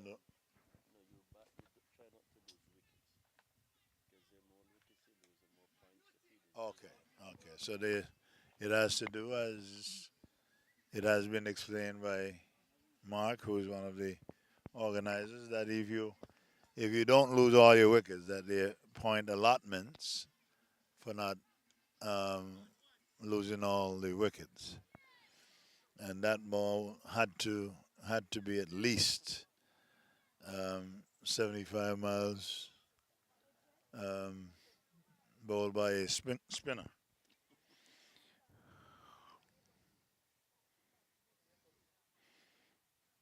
Balls flighted nicely equal to the task. The batsman comes forward and plays it up to mid on. That's it, the end of the over. We still have 9 minutes to go before the close of the innings, and that should mean that we should be able to get at least two more overs. One more after this. 25th, 25 overs, huh?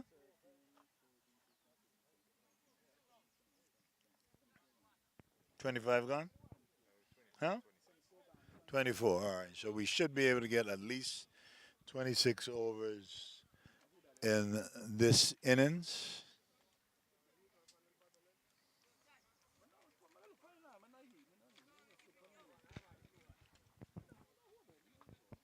It will all depend on how quickly they get to this over, but definitely this and another one should bring to close the innings for the men from Mexico. Nice flowing action. Young fast bowler again. That one came off the outside edge, flew all the way down to wide third man.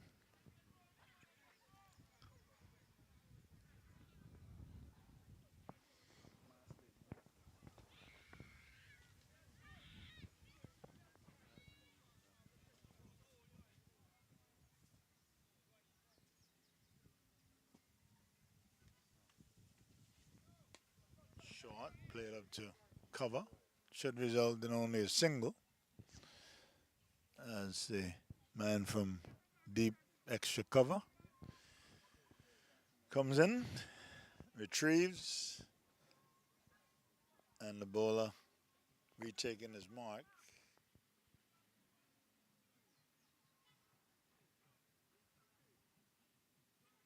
The batsman continues to rehearse some expansive drives. Bowler goes in, he steps into it, and that should be another maximum.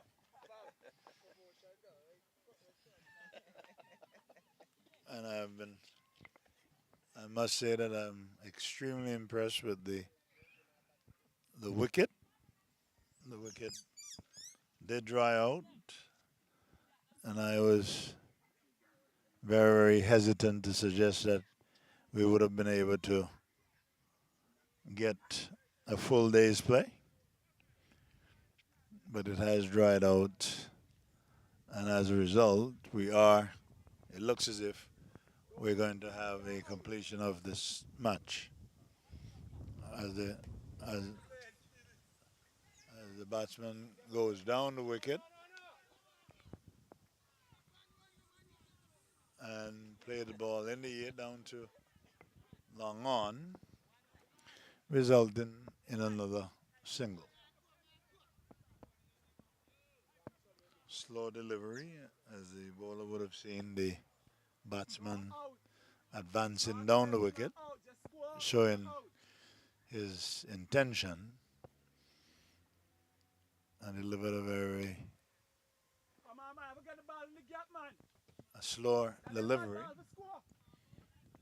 and that one being a full toss was played down to short short cover, no runs. Short, played off his legs down to the mid wicket boundary for four. Very short, and was given the treatment that it deserves. Clearly, there will be one more over after this one to complete the innings of. Oh, okay. I'm not familiar with the rules. So if you get to 150, 160, 140. If you get to 140, 1 point is 1 point is awarded, and if you get the 160, you gain another point. Okay. And the maximum. All right, good. Okay. All right, so the men from All Road would have gotten a point already. Eight. Right. All right, good, good, good. So the competition by Mark's explanation is full of incentives, loaded with incentives, and um, the those rules would have been explained over and over again. And I promise you that in my next outing, I would be fully au fait with the rules in terms of the points and um, how the this whole competition is structured. So I will admit that I'm a rookie. This being my first outing, at least at this level, and I promise to. And I'm not going to take full responsibility, Mark, because we've been talking about commentary. We've been going back and forth with Taddy about well wanting me to be a part of the commentary team, and he never saw it fit to explain. I mean, come on, and that's elementary. The rules um, and everything surrounding the competition should have been explained to me. But again, and then he's going to come as if he did the right thing, because I don't think that Taddy Arundel has ever lost an argument. Ooh, missed some opportunity as he advanced down the wicket, and he was yes, yes, yes, beating all hands up, and he lives to fight another day. And again, instructions shouted by the coach Tittle, who has been very, very vocal. Uh, and this time he's no. It was, and I don't think that that was a stumping chance either, because the ball actually got him like a day after. So, but this should be the last over, and the variety by the spinner has been outstanding. Yeah, but back to Taddy Mark. He should have outlined the rules of the competition, and sometimes, right, and sometimes the instructions would benefit the viewers, right, and if there were any doubts on the minds of the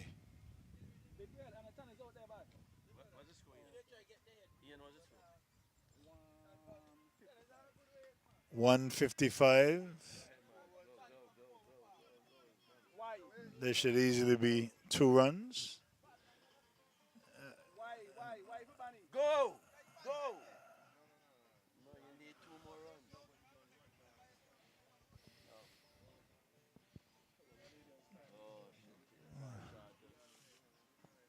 And that brings to, to the close of the Mahika innings. And what was the final total, Mr. Tittle?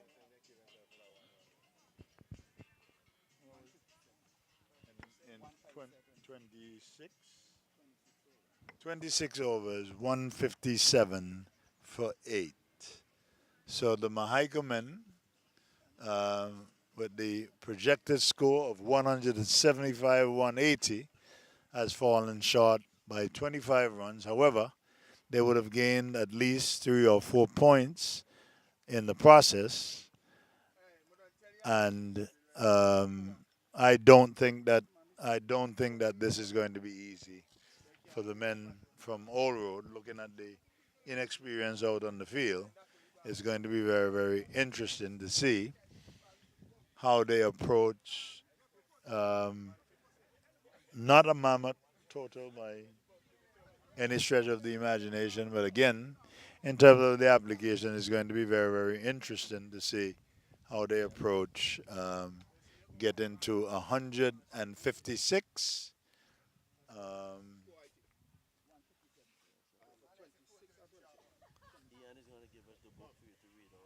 right.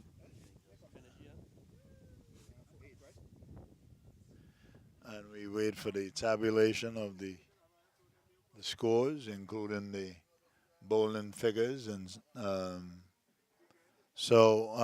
would imagine that they're 20 minutes between innings, 10 minutes between innings, since we're not going to have the benefit of tea and um, biscuit, right? Coffee and biscuit and cheese. The innings of the men from Old Road will commence in approximately 10 minutes. Still, right, still waiting on the tabulation from the scorer. And it looks, Mark, as if the umpires can wait to get out here. So are you saying that the umpires are actually hoping that Old Road will that Old Road will not give a good account of themselves? I want to actually see um, how well they do in their approach to. Uh, I would not say a formidable total, but it may prove to be good enough with the inexperience of the Old Road team. And I would want to see what other participation we will get from some of the youngsters in the Mahaika team. I don't know. I don't know, Mark. I would have seen a little bit of arrogance from a couple of your youngsters in the and it's not all bad. Um, all right, all right, all right. Good, good, good. I was impressed by one of your youngsters, the one who was so resolute in defense. Oh, okay. So he comes from a cricketing family. All right, all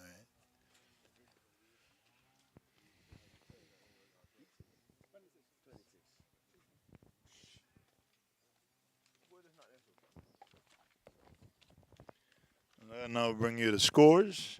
Um, for Mahaiko, Esfin was caught. Stephen, I'm not going to be able to call the first name since, so just bear with me a little bit because, like I said, this is new to me. But for Mahaiko, the men from Old Road won the toss and elected to field first. For Mahaiko, Stephen Fain was caught, bowled Africa for a duck. Mills was LBW, bowled Sukas for 29. Um, John Lewis, John Lewis was caught. No, D. Francis, sorry, was caught. Bo Pereira for 21. Um, D. Donna was run out for 6. T. Francis was caught. Bowl J. Hunt for 9. D. Evans was bowled by Hobson for 1. A. Joseph was run out for 5. J. Atenez was caught. I don't see any stats on him, but he made.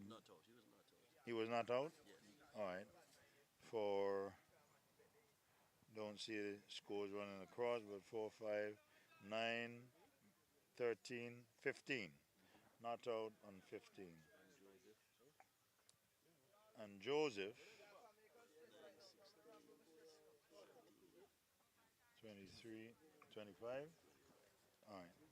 Joseph was not out on 25. Again, please bear with us because, again, I'm not certain that we've got the best handwriting to go by. So, and our steward did not bat.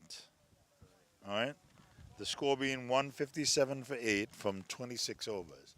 So the men from All Road would have to get 158 from 26 overs.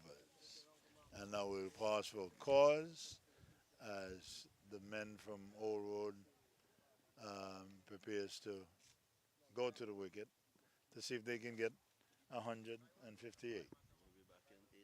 We will be back in 8 minutes. And again, Mark has, I don't know that he thought that I was capable, but I'm going to be alone for the innings of the men from All Road.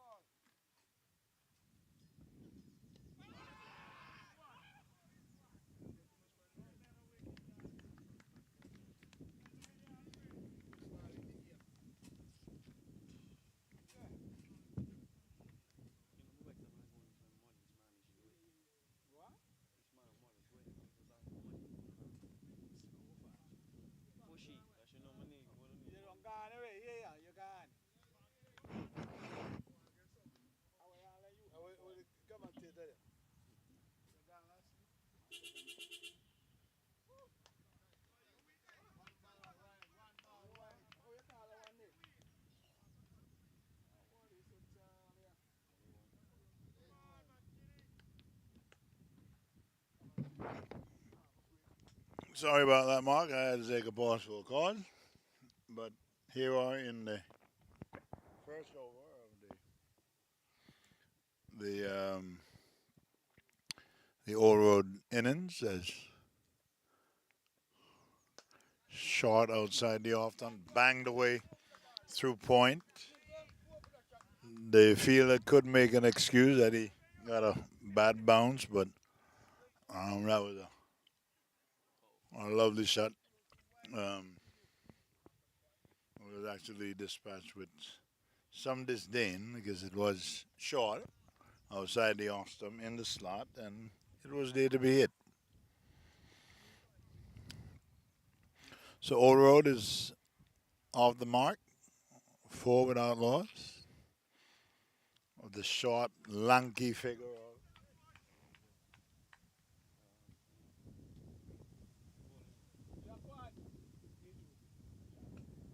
of Azari Joseph. Oh, and he is the brother of the Test cricketer, Azari Joseph. Very lanky, very smooth in his run up to the wickety balls. Full toss down the leg side. Um, Wrapped on the pads. Stifled appeal. More enthusiastic more than anything else. That was never ever going to be given out, even if the umpire was wearing goggles. The end of the first over, all road is four without loss. It would be good to make the comparisons as we go along because we would want to know that once all road bats 10 overs, we would want to make the comparison as to where the men from Mahika was when they had 10 overs at the crease.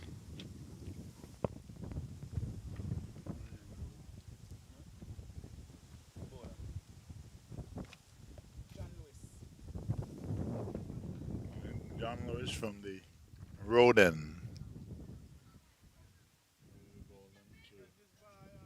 Another right-handed batsman. And I would think that the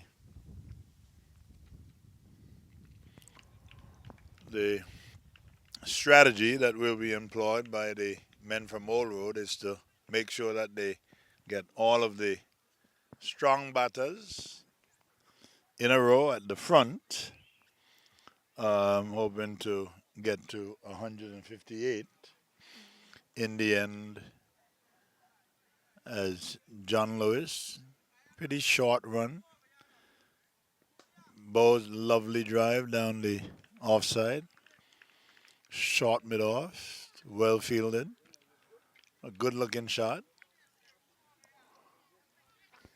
and just like I expected, the men from Old Road will be um, getting the strongest lineup coming to the crease first. Lovely shot down the offside again, fielded. mid off.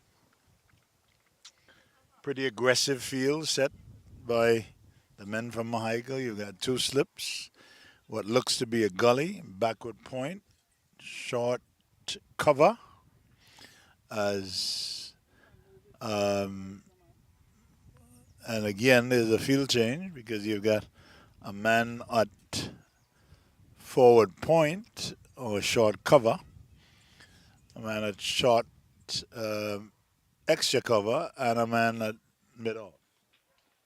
Short played respectfully up to um, short cover. Pretty quiet over for the men from All Road. Forward on loss. John Lewis, right arm over. Slow medium, short on the back foot. Played up along the wicket. John Lewis fields to his own bowling.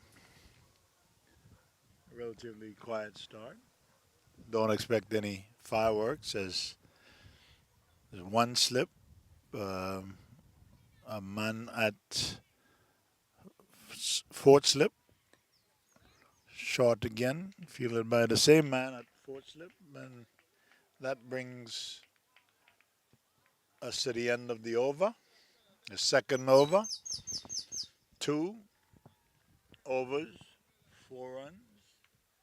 Pretty tight.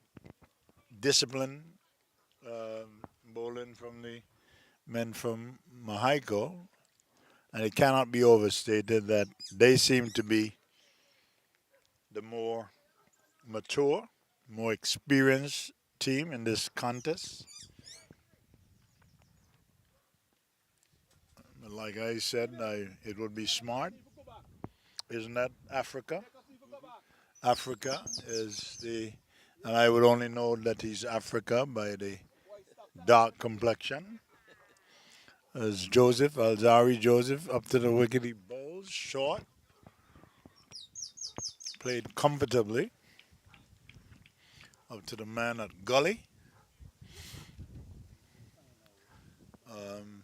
It would be interesting to see how this Alzari Joseph, it seems like all of them are Alzari. Oh, Ajari, sorry. So up to the wicket bowls, full pitch delivery, played back along the wicket. I mean, he has the height, and some days seems to be pretty young. He can't be more than 16, 17 the most. And you would hope that he will fill out. Nice, smooth run up to the wicket, bowls, played respectfully. Back down the wicket, no run, 4 without loss, and this the third over. The men from Old Road is not about to show too much aggression because they would tell themselves that they're not chasing a very big total. Short and an attempted pull shot, and he would have been better advised to play that ball on the merit and find space on the offside. So that was a very, very poor shot attempted there by Africa.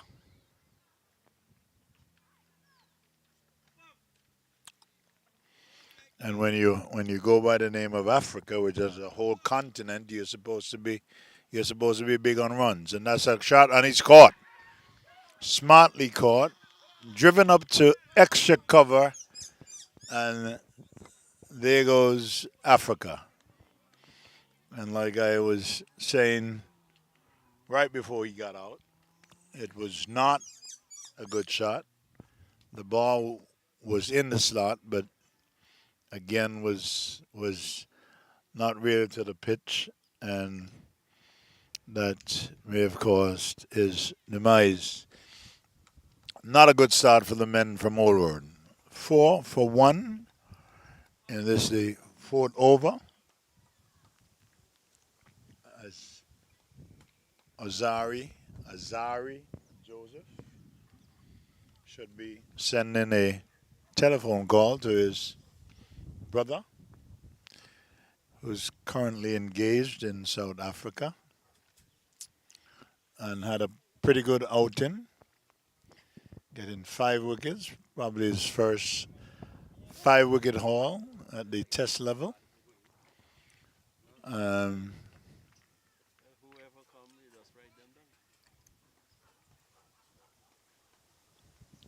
Seems to be some query as to the organization of the men from Old Road not being able to set an order. And these are the growing pains of an organization who has just made its way back to some form of cricket. Joseph up, and he's caught at the wicket first ball. I cannot say that that was a ball of any kind of distinction, and he just hung the bat out there and was caught at the wicket. So that's two for Azari Joseph in this his second over, and this spells trouble for Old Road, the men from Old Road, and this may be a very, very rude awakening and a not such a good welcome back to cricket in Old Road. And that was very, very irresponsible because that was not a ball of any substance. Yes, the batsman obliged, and that was the end of Azari's over, and Azari's now 2 wickets, 2 overs, 2 wickets, 4 runs. Because the men from Oro seems to be stuck on 4, and they've lost 7. Sorry, 7 for 2 from 4 overs.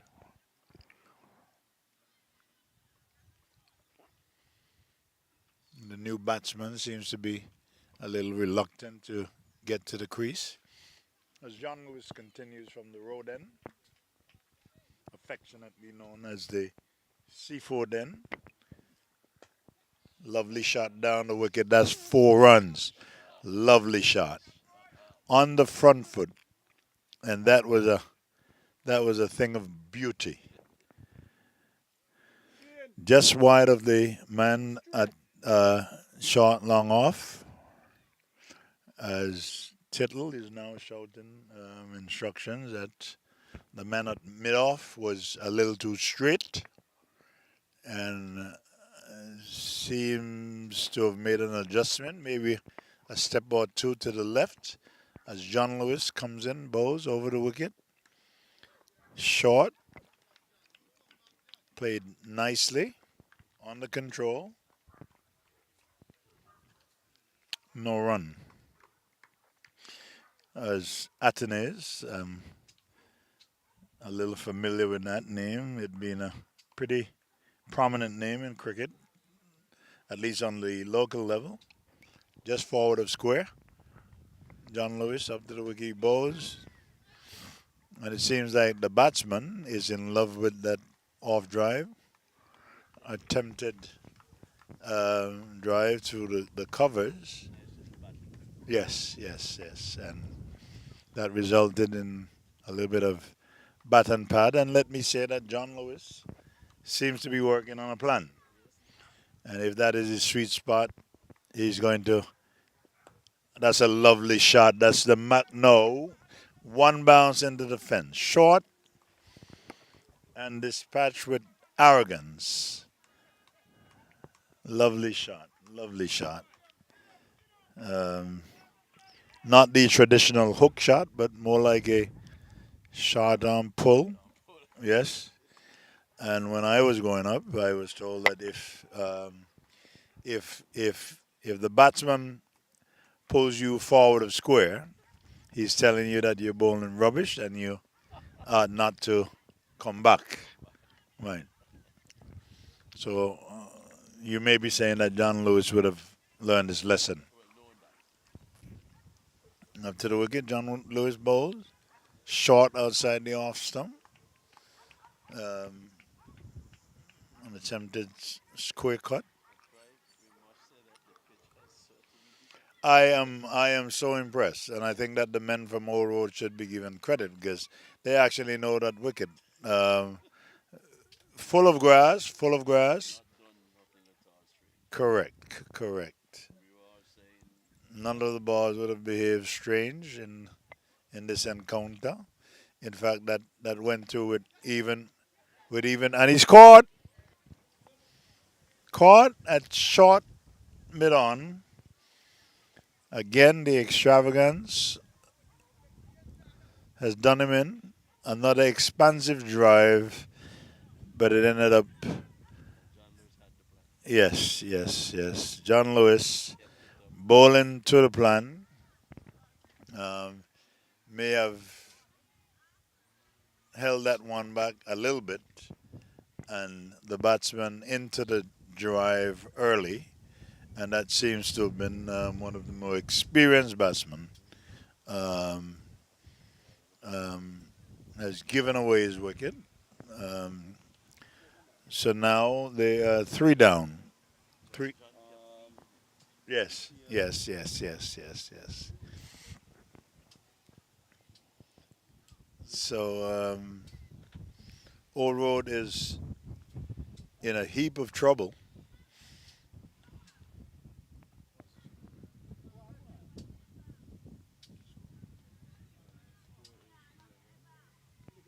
11 for three.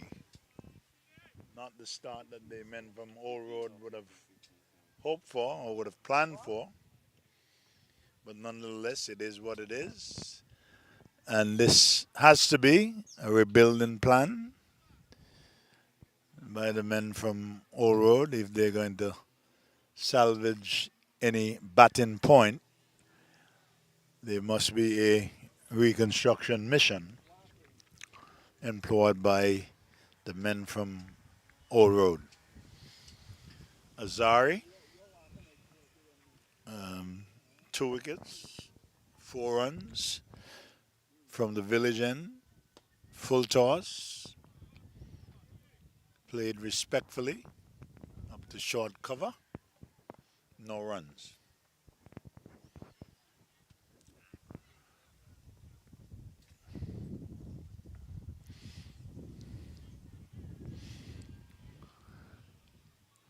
Still a lovely breeze blowing across the grounds. Azari up, nicely bowled, nicely played. Fielded by, not fielded cleanly by Azari, but nonetheless, no damage done, no runs. On the onside, he has a short mid on, a man forward of square. I can't see anyone else in the distance, so Azari must know that his line has to be around the off stump. Short, and he's bowl him, going on the back foot. Again, I would chalk that up to a very soft dismissal. Went on the back foot and clearly would have taken his eyes off the ball, and that resulted in the ball rocketing into the stumps. The men from Old Road in further trouble. They are now 11 for 4 in this, the fifth over. 15 for 4, thanks to our scorer who did not see it fit to update me before I came out of my mouth. I think that was very, very rude, but I think that as time goes by, he will learn that you should tell me what the score is before, at the end of every over, by the way. So has taken, Ajari has taken 3 wickets, and the score is now 15 for 4. The men from Old Road are reeling as a very, very slight drizzle comes across the ground outside the off stump, not taken cleanly by the wicketkeeper. Um, I don't think that the men from Mexico could have dreamt of a better start. And now they're they're in an ultra attacking mood because they have three slips, a gully, a man at point, a man at short cover, a man at mid off, a man at square leg, as they do get a leg by. The signal from the umpire comes, and now the score is 16 for 4. On the onside, you've got a man forward of square and a man at short mid on. And those are the only two fielders on the leg side. So there's the offside field is packed. A man at short mid off, a man at cover, a man at point, three slips in a gully. A Jari bowls outside the off stump, left alone, and that completes the over.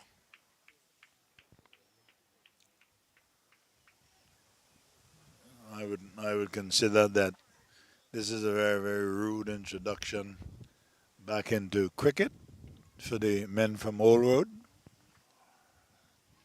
They would have expected better. And from what I've seen so far, they do have a formidable batting lineup, except that they lack the discipline, at least early in the innings. They lack the discipline to be able to stick around, even with all the incentives in the batting department. Um, not a very disciplined approach by the men from Old Road. Short, a good shot in the air, and it's gonna end up going over the ropes. And that was a pretty, that was a pretty good shot. Yes. And the thing is that he did play it off the front foot. It wasn't a, it wasn't a back foot jab as is commonly known, but John Lewis was short on that occasion, and it was dispatched to the square leg boundary for 4. John Lewis up to the wicket, he bowls, and that one is played through the slips, where third slip would have been, down to third man, results in a single. Still a beautiful day for cricket. Not very, very strong northeasterly breeze. Must say that the conditions for cricket is ideal. There's John Lewis, races in, ball, comes forward, or back and across, played up to the gully, and there is no run.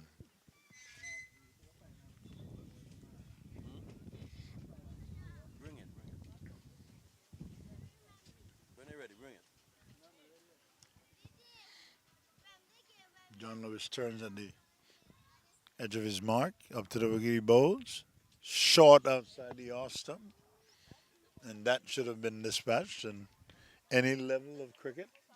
Very, very poor delivery. Right, he overcompensated by wanting to hit it a little too hard, and I guess the attempt was to play it forward of point. It resulted in no run. And I can say, Mark, that John Lewis may be laboring a little bit. An expansive drive outside the off stump. Good looking attempt. Um, I don't know that that delivery would have merited the slight drizzle coming across the grounds. As Mark is inspecting the right. I think that would have been your first. Yes, that would have been your first attention to secure the instruments, and that is the end of the over. I don't I don't think that this drizzle is going to last. Me not being a qualified weather person, seems like Mark could look into the skies and come up. I will await. And Mark is signaling that that rain is headed to the southern side, more like ending up in Montserrat, if anything. Ajari missing his bowling mark, goes to the top of his mark, glides in. Lovely shot. That's a beautiful shot. Beautiful shot. Full of class, full of grace. That's the picture. Yes, yes, picturesque in his approach. I mean, and that was driven just wide of mid off, and there was absolutely no question that that was gonna end up in the boundary. That was a beautiful shot. Ajari is gonna have something to say about that. Short outside the off stump, left alone by the batsman. That off drive was actually full of class. Mark, you would have seen many of those being played off your bowling. Nonetheless, Ajari glides in as if he's a gazelle right up in the block hole, equal to the task. Batsman comes, yes, yes, yes, comes down hard on that one. It being in the block hole and respectfully played up the short cover. Atenes is at forward square leg as Ajari glides in. Short outside the off stump, played to the gully. It will not get to the boundary. It does not have the legs to get to the boundary, but they get 2 runs in the process. A little bit overcast here at the Old Road Cricket Grounds,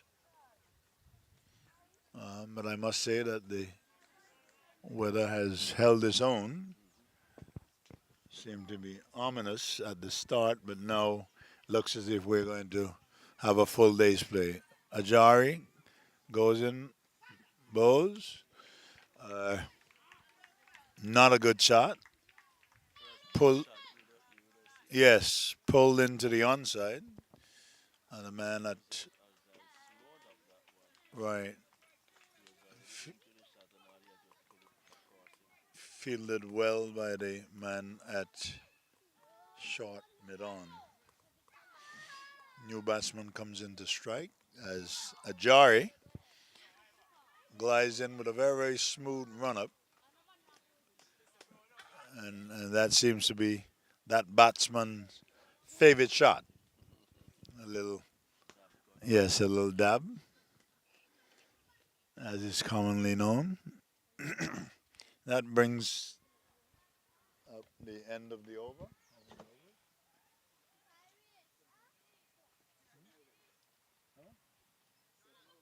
7 overs, and the score is 20, 28.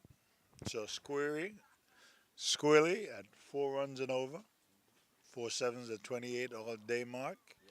And you went to the St. Joseph's Academy, which means that your math must have been better. Princess Margaret School. All right. All right. Princess Margaret School, which means that your math would have been better than mine, having attended the Antigua Grammar School. All right. Bitter rivals many, many years ago. Bitter rivals in both cricket and football. And if I had to say proudly that the men from grammar school always seem to have come on. Yeah, Mark. John Lewis continues to labor. Quicker delivery, short, very, very circumspect. He comes forward and plays it out on the offside where the man at Gully came across as Tittle shout some instructions to have Atenes go to short cover position. That's a lovely shot. I don't know that. Yes, I don't know that he would have been able to catch that even if he had sky boots. Yes, good shot, powerfully hit, powerfully struck. Resulted in 4 runs for the men at Old Road, who desperately needs a reconstruction of an innings that has gone very, very bad. 32 for 4, and this is the 8 over. Um, Batsman proven to be very, very suspect on the onside. Plays a ball that was airborne for a while, playing it up to short mid-on. Fell short of the man who has now moved a little bit squarer as John Lewis up to the wicket he bowls. And that one goes over third man. Oh no, the fielder actually got a hand to it. And that was put down, but nevertheless a good try. And there it is that I was saying that John Lewis was laboring. Uh, co- Coming from Mark's, one of Mark's favorite positions in terms of the dimension of the ground that is coming up, and Mark would have been able in his time to bowl 10 overs on a trot. John Lewis up to the wicket he bowls, played nicely off the legs up to a short square leg as the wicketkeeper retrieves, and that brings up the end of the over. 8 overs gone, and it looks as if the men from Mahiko will persist with Ajari. We haven't seen a change of bowling as Ajari goes into his 5th over. Um, there's an old adage that says, if it's not broken, not fix it. Ajari bowls, and that's played on the onside and will reach the boundary. Just forward of square, safely played. Some very, very welcome, a very, very welcome boundary for the men from Old Road. And I can't say too quickly that the reconstruction is underway. Early days yet, and I would suggest to you that we're going to have a full day's play, and there will eventually be a winner. And the I don't know that what that was, but the batsman was actually coming down to meet Azari. I don't think that. Right, I don't think that you would have been able to attempt that with a Mark Charles because was pretty quick in his time, resolutely forward as Ajari feels to his own bowling. Full face of the band, yes, yes.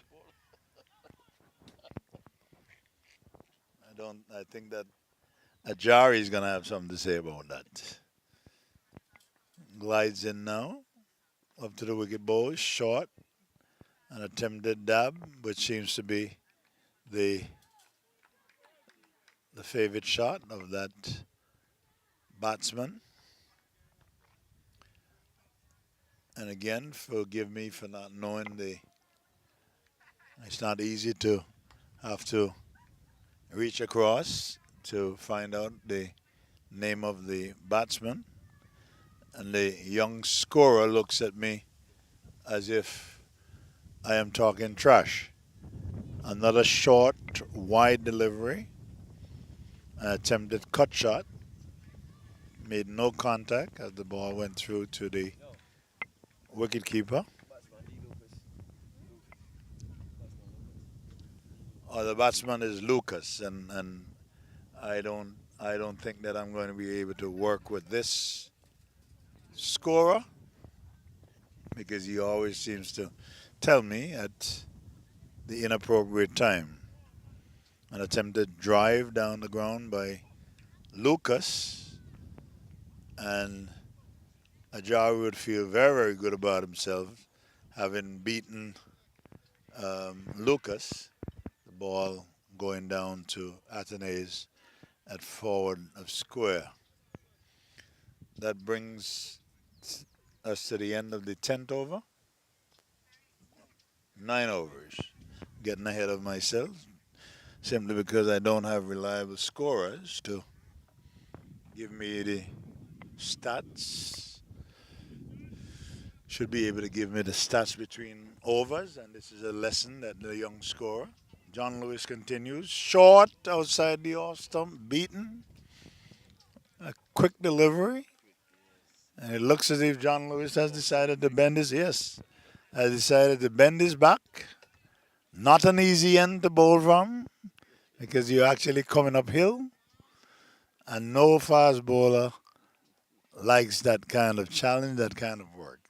John Lewis turns at the top of his mark, races in, bowls, short.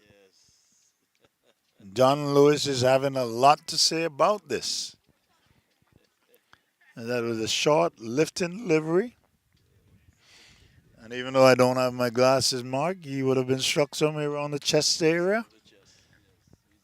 Very, very good. You don't want to run. You don't want to rub Mark to give the ball.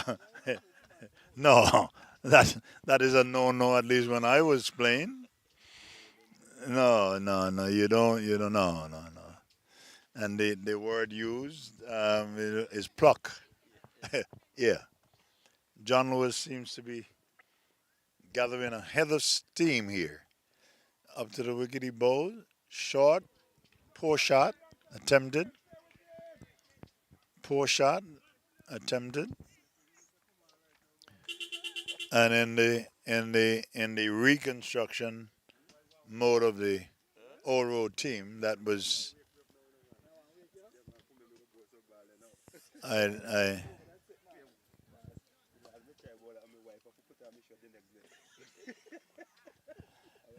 John Lewis, full of full of steam. Up to the wickety bowl, short again. Played respectfully forward. Man at gully, having absolutely no trouble at all. Fielding that.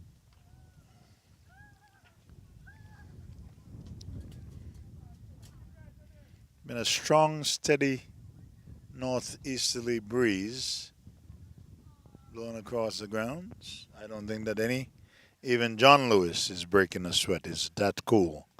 Up to the wickety bowls. Comes forward, plays it back along the track. Fielded by John Lewis. Like I said, Mark, John Lewis is a very, very big name. Very, very big name in America. Was part of the black movement of the 60s. Nicely forward. Played up to short cover. That's the end of the over.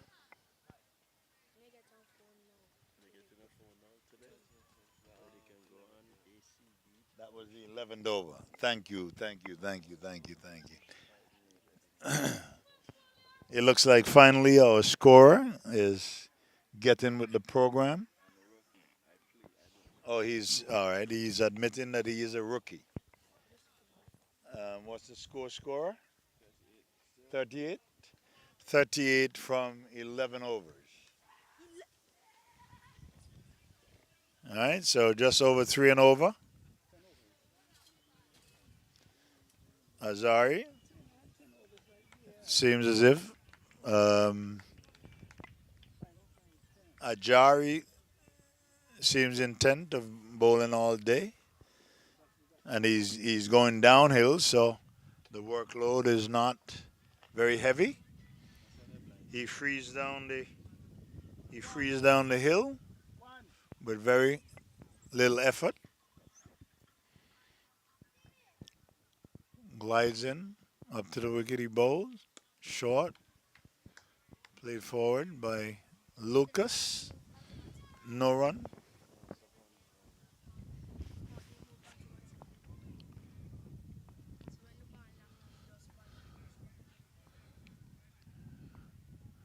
Seems like the game has come to a lull. No excitement as Ajari has to return to his mark.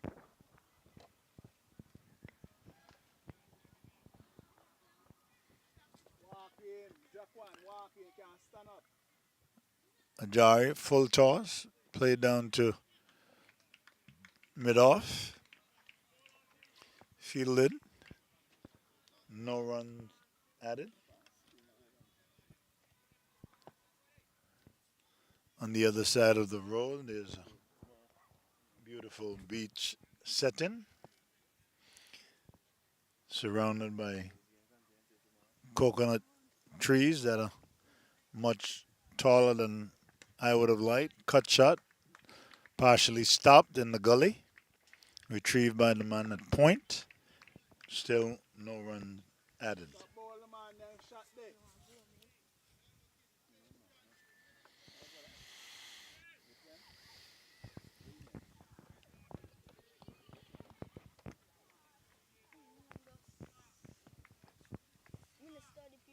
Jari to the top of his mark, waiting for the batsman to get set. Seems to be signaling to the pavilion for a new change of bats, but he continues anyway. Ajari up to the wicket, bowls in the block hole outside the off stump, played by Lucas as he rehearses a one-handed shot. This is now going towards the pavilion for a change of hardware.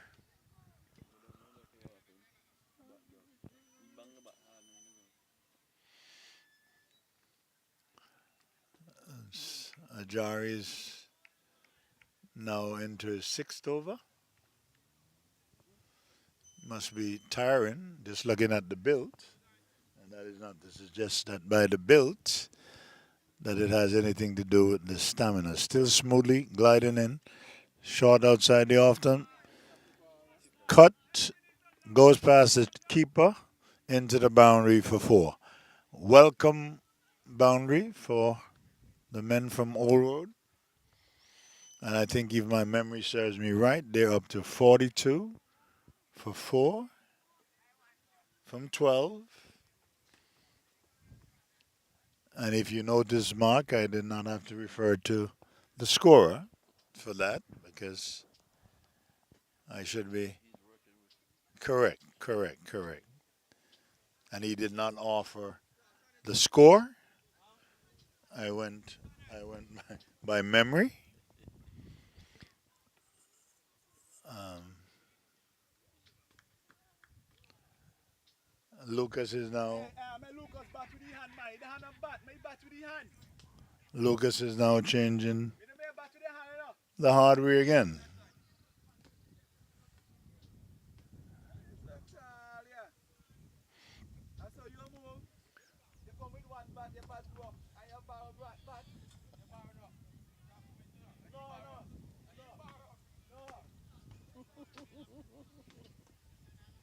John Lewis continues from the roadside end.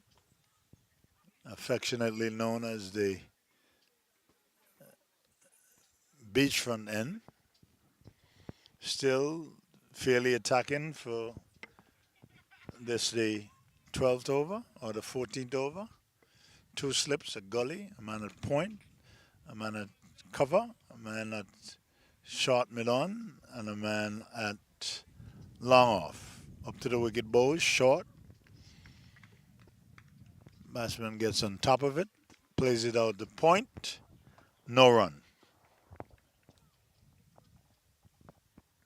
It's amazing, Mark, how time flies, and with the advent of all the different versions of the game. When we played, it was only two, if we knew that much. It was either a 2-3, um, 3-day competition, Test cricket. Yes, now you've got all different versions, and right, and it does add to the excitement you have in England, the 100 that has been recently introduced, and he's caught, poor shot again, ball not there for that kind of shot as um, John Lewis picks up his third wicket. Yes, and I think that he's reaping the rewards for his hard work. Yes, yes, yes, yes. But even though they are pundits out there who think that the introduction of all these different formats has detracted from Test cricket, I happen not to believe that because Test cricket is the only major sport in the whole world that you can play for 5 days and still not get a result. So from that standpoint, I think that the 100, the 10 overs, the 20, the 50 overs are welcome additions to cricket because for me, cricket was dying. Test cricket had basically outlived its usefulness. And with the introduction of 2020 cricket, 50 over cricket, the 100, and even 10 over cricket has added to the excitement of cricket. So until you can prove me wrong in terms of the excitement provided by those other three or four formats, I don't think that there's any cricket more exciting than the IPL, the Indian Premier League. And I'm a strong proponent of 2020 cricket. And if there's one thing that came out of the Alan Stanford saga was that he brought 2020 cricket. That was a pretty quick delivery from John Lewis, who, yes, yes, definitely, definitely.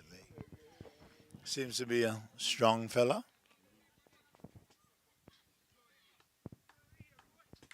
and seems to be breaking a sweat because he is wiping his eyebrow.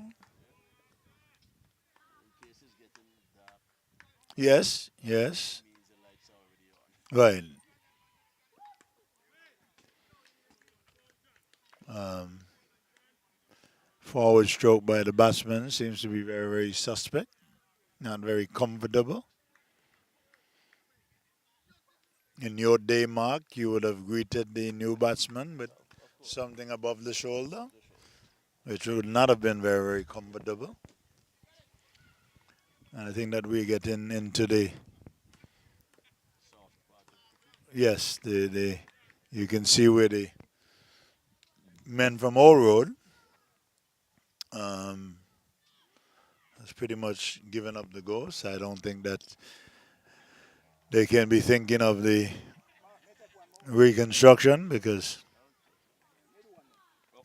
I think that this may have been lost with the regular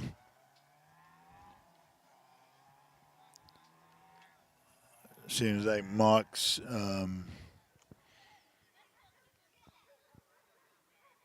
Oh, I thought that there was a camera that was displaced, but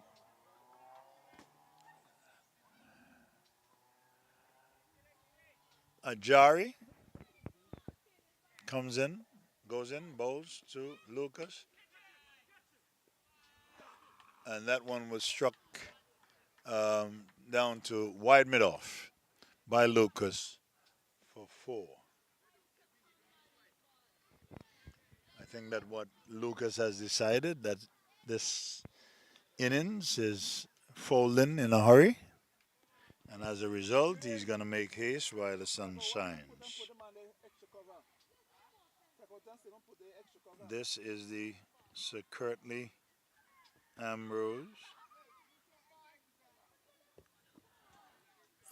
tournament, a tournament held every year by the Parish League.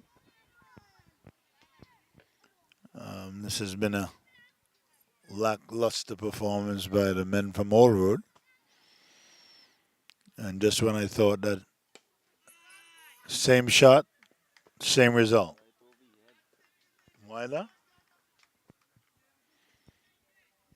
And I can tell you that the wicket, having looked at the wicket at about 1 o'clock, I would have thought that the game would have been abandoned. But I can say to you that it is a good wicket, very, very good for batting, and you can see where if you put your shoulders to the wheel, that you can extract some pace and bounce from the wicket. But Ajari is tiring, pulled straight down the ground. Four more. That's 12 from the over.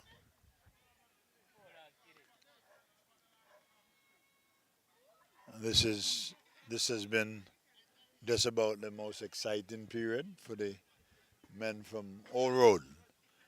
As the lights have been turned on, I doubt very much that we're going to have any use, although the overcast conditions here at Old Road.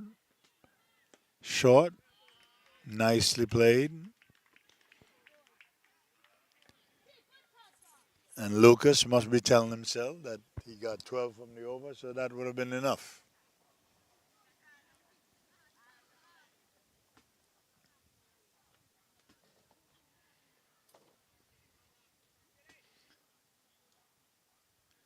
Ajari up to the wicket, he bowls.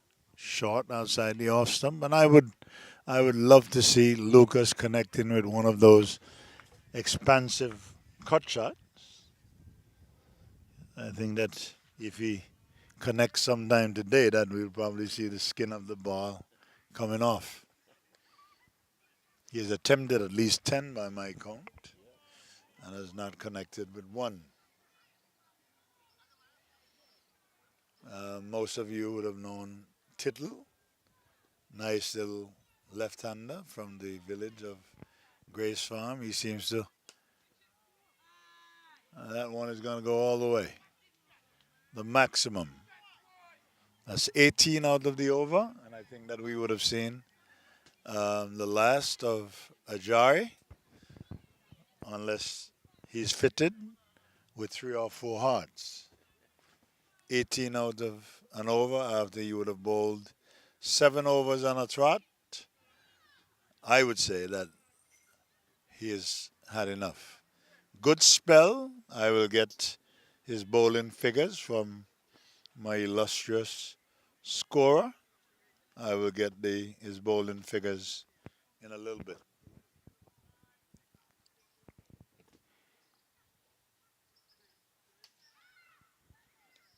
But Mark, I was saying earlier when John was here that the children today have not learned the game the right way because the fundamentals when I was growing up were so easy to grasp that we didn't have any coaches. I think we were able to, right, just learn the game the right way. And actually, bowling. John Lewis strikes again. The middle stump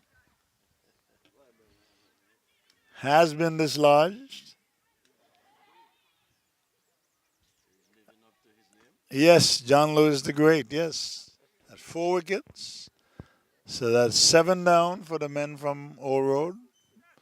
But like I was saying, Mark, when we were growing up, we learned the game the right way.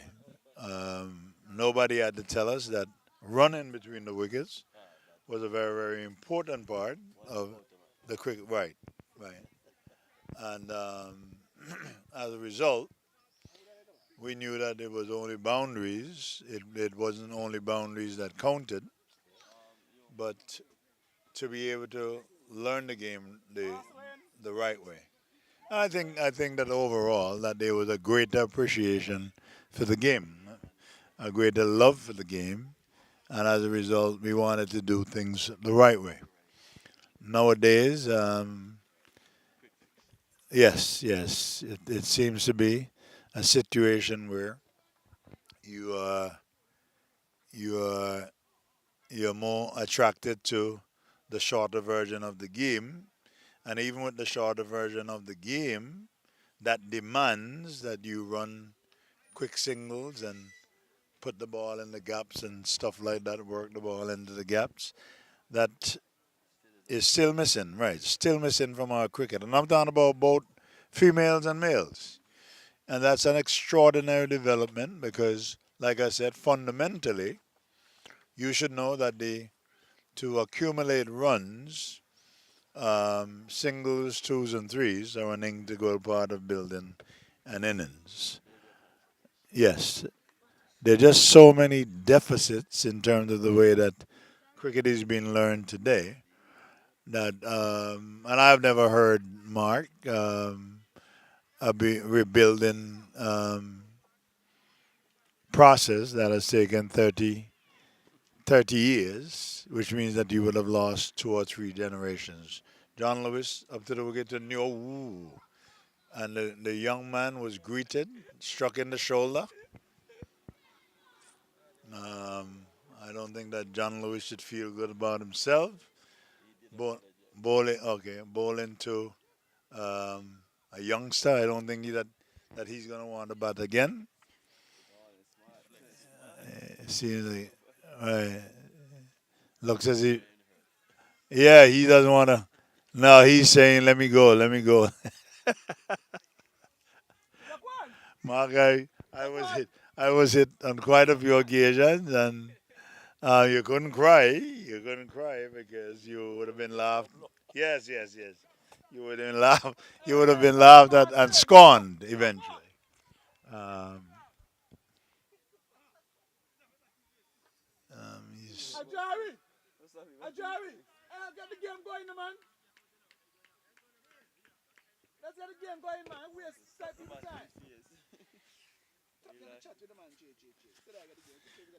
Lashman seems to be in some discomfort. Dunvers up to the wicket he bowls, and you can see that John Lewis has sent a very, very strong message that if you come to the wicket, you'll be treated as an adult, as a youngster, obviously, in a bit of pain.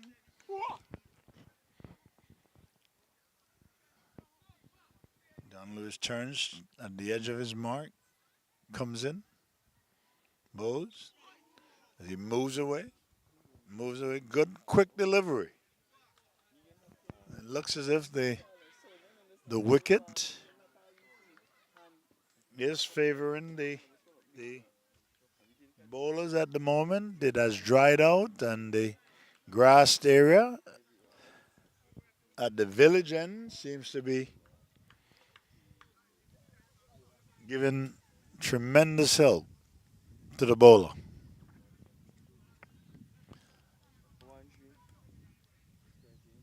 And I think that Mahaika, the men from Mahaika, will go on to win this to to win this game comfortably. And that was the end of the 15th over? Huh? The 13th over? What's the score? Huh? 60. 60. 60 in the 13th over. And we're about to start the 14th over.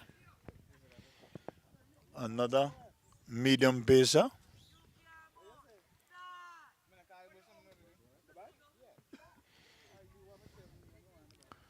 The men from Old Road are reeling, reeling at 60 for 6. Replying to Mahaiko, 157 for 6 in the first innings.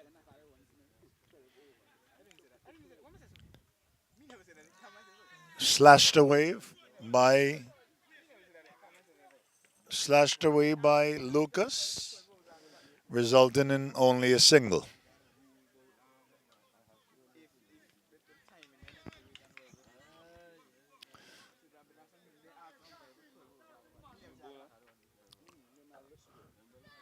The youngster still in some discomfort, being struck on the shoulder by John Lucas, who is now down on the third man boundary.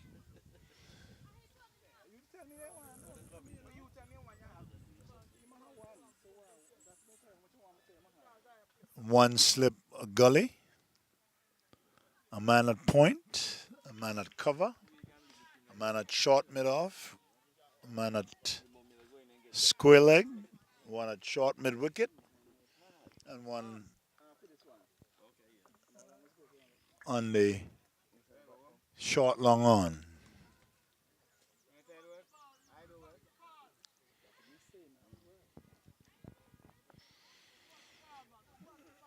He's one of the spectators sounding some advice. He's going to be caught by first slip, and I'm pretty certain that the youngster will be relieved walking back into the pavilion, being caught at first slip, ball in the air, and he's still favoring that right shoulder. Will be in a spot of bother tomorrow. And this is the famous or infamous Liebird coming to the wicket. Um, not not batting with any. Yes, not batting with any elbow guard, no rib guard. I can't even see whether or not he's wearing a tie pad. I would hope so. Um, but,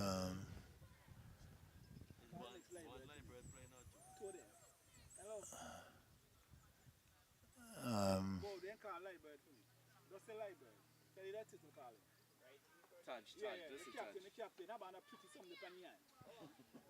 7 wickets down for the men from Old Road. And I am reminded that this is a 2-day encounter. And a 2-day encounter would mean that we'll be back here tomorrow up to the wickety ball. And it looks as if Liebert is in an attacking mood.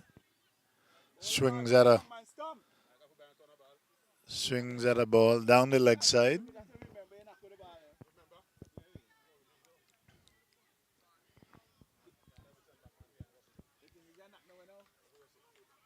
But I must give credit to young Liebert to be willing. And I can see where Liebert has been watching a lot of TV, a lot of movement in the crease.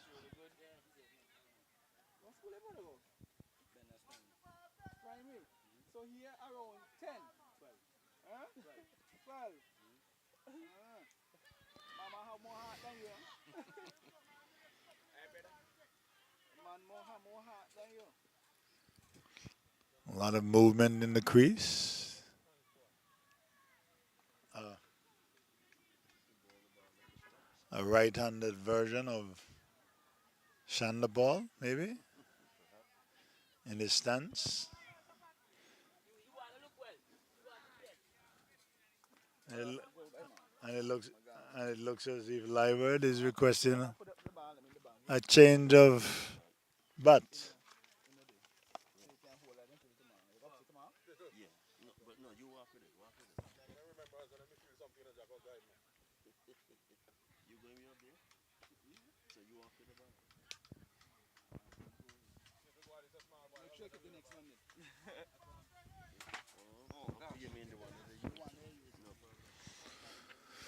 Mark, he seems like John Lewis is a is a replica of Mark Charles. This is going to be his eighth over, maybe.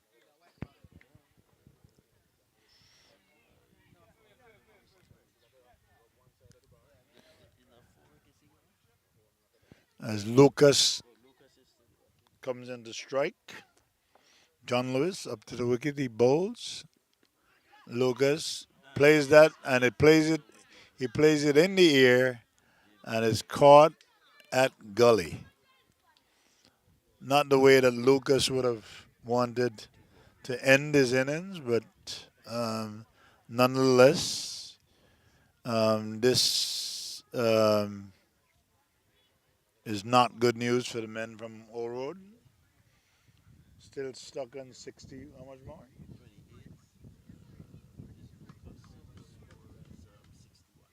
61 for 8. 61 for 8 in the 16th over as Lucas caught, bowled um, John Lewis for 28.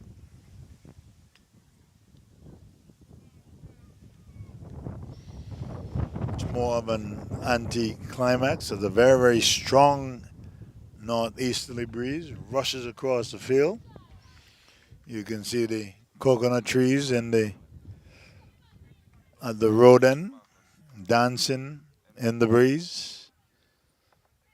Still a lovely day for cricket, even with the overcast conditions. And I think that John Lewis will relish the idea of getting a fiver, which seems to be the gold standard in cricket. John Lewis up to the wicket he bowls. He's back on his stump and he's given LBW. So John Lewis may have a chance at getting a hat trick, as the batsman was adjudged leg before first ball as he walked slowly. John Lewis is the pick of the bowlers, and to date, John Lewis has a fiver. And like I said before, the fiver seems to be the gold standard.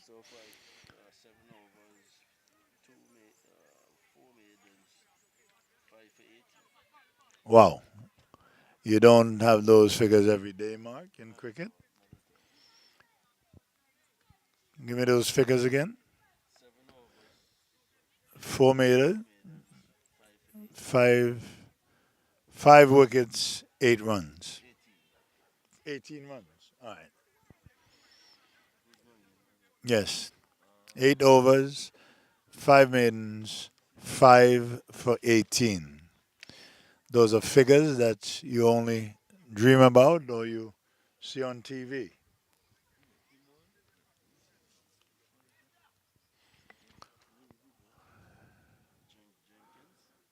It's going to be very interesting to see whether or not the men from Mahiko will enforce the follow on. I guess we will not know that until tomorrow. Time of victory, Old Road. And he got a hat trick. And John Lewis has created history, at least for the first game, as he has gotten the hat trick.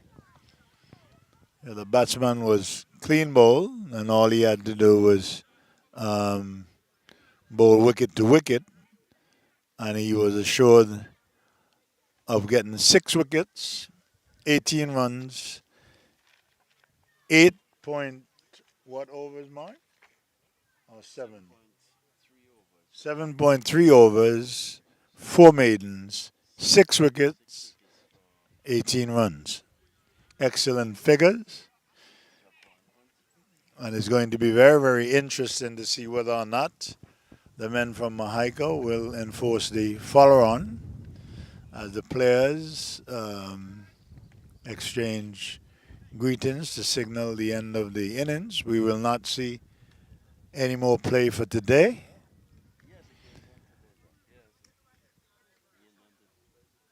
Or the game is finished, so there won't be a resumption of play tomorrow. All right.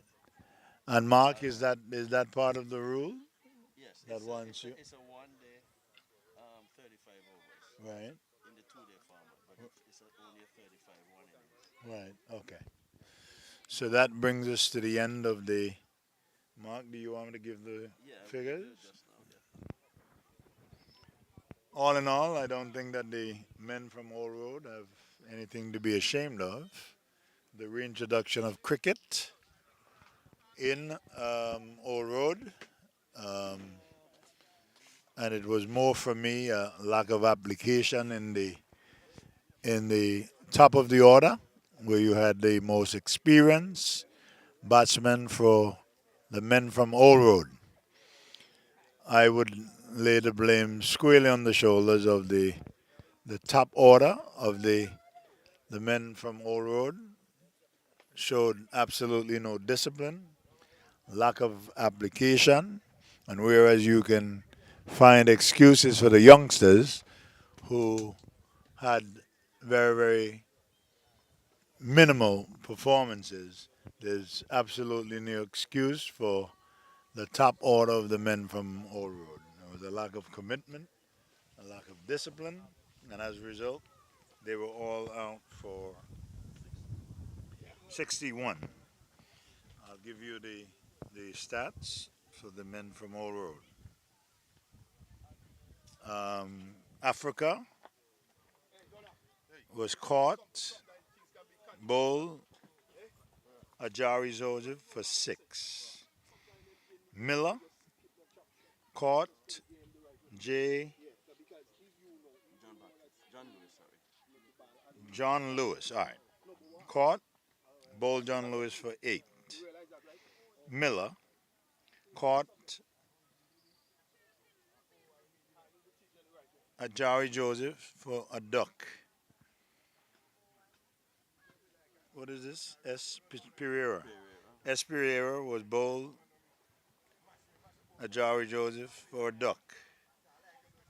D. Lucas caught, bowled John Lewis for 28. Hobson was caught, bowled John Lewis for 17. Liburd, J. Liburd was bowled, John Lewis for a duck. What's your name? Marcelin was caught, bowled R. Stewart for a duck. Liburd was not out on a duck. M. Joseph, LBW, bowled John Lewis, not. J. Hunt was bowled John Lewis for a duck. And the bowling figures, Aljari Joseph, 7 overs, 2 maidens, 40 runs, 3 wickets. John Lewis, 7.3 overs, 4 maidens, 18 runs, 6 wickets. R. Stewart, 1 over, 1 run, 1 wicket. A total of 61 all out, the men from Old Road. And I would say that that was a very, very suspect reintroduction of cricket in the village of Old Road. Nonetheless, I'm happy to say to you that the future of Old Road cricket looks very bright, and the men from Mohico should be very proud of their performance. And they move on to the next game, which will be on Saturday next, Mark? Yes. So, tomorrow. All right. And where's that game going to be played? All right. Mahaiko plays Erlins tomorrow at Mahaiko. Victory against Masters in the venue.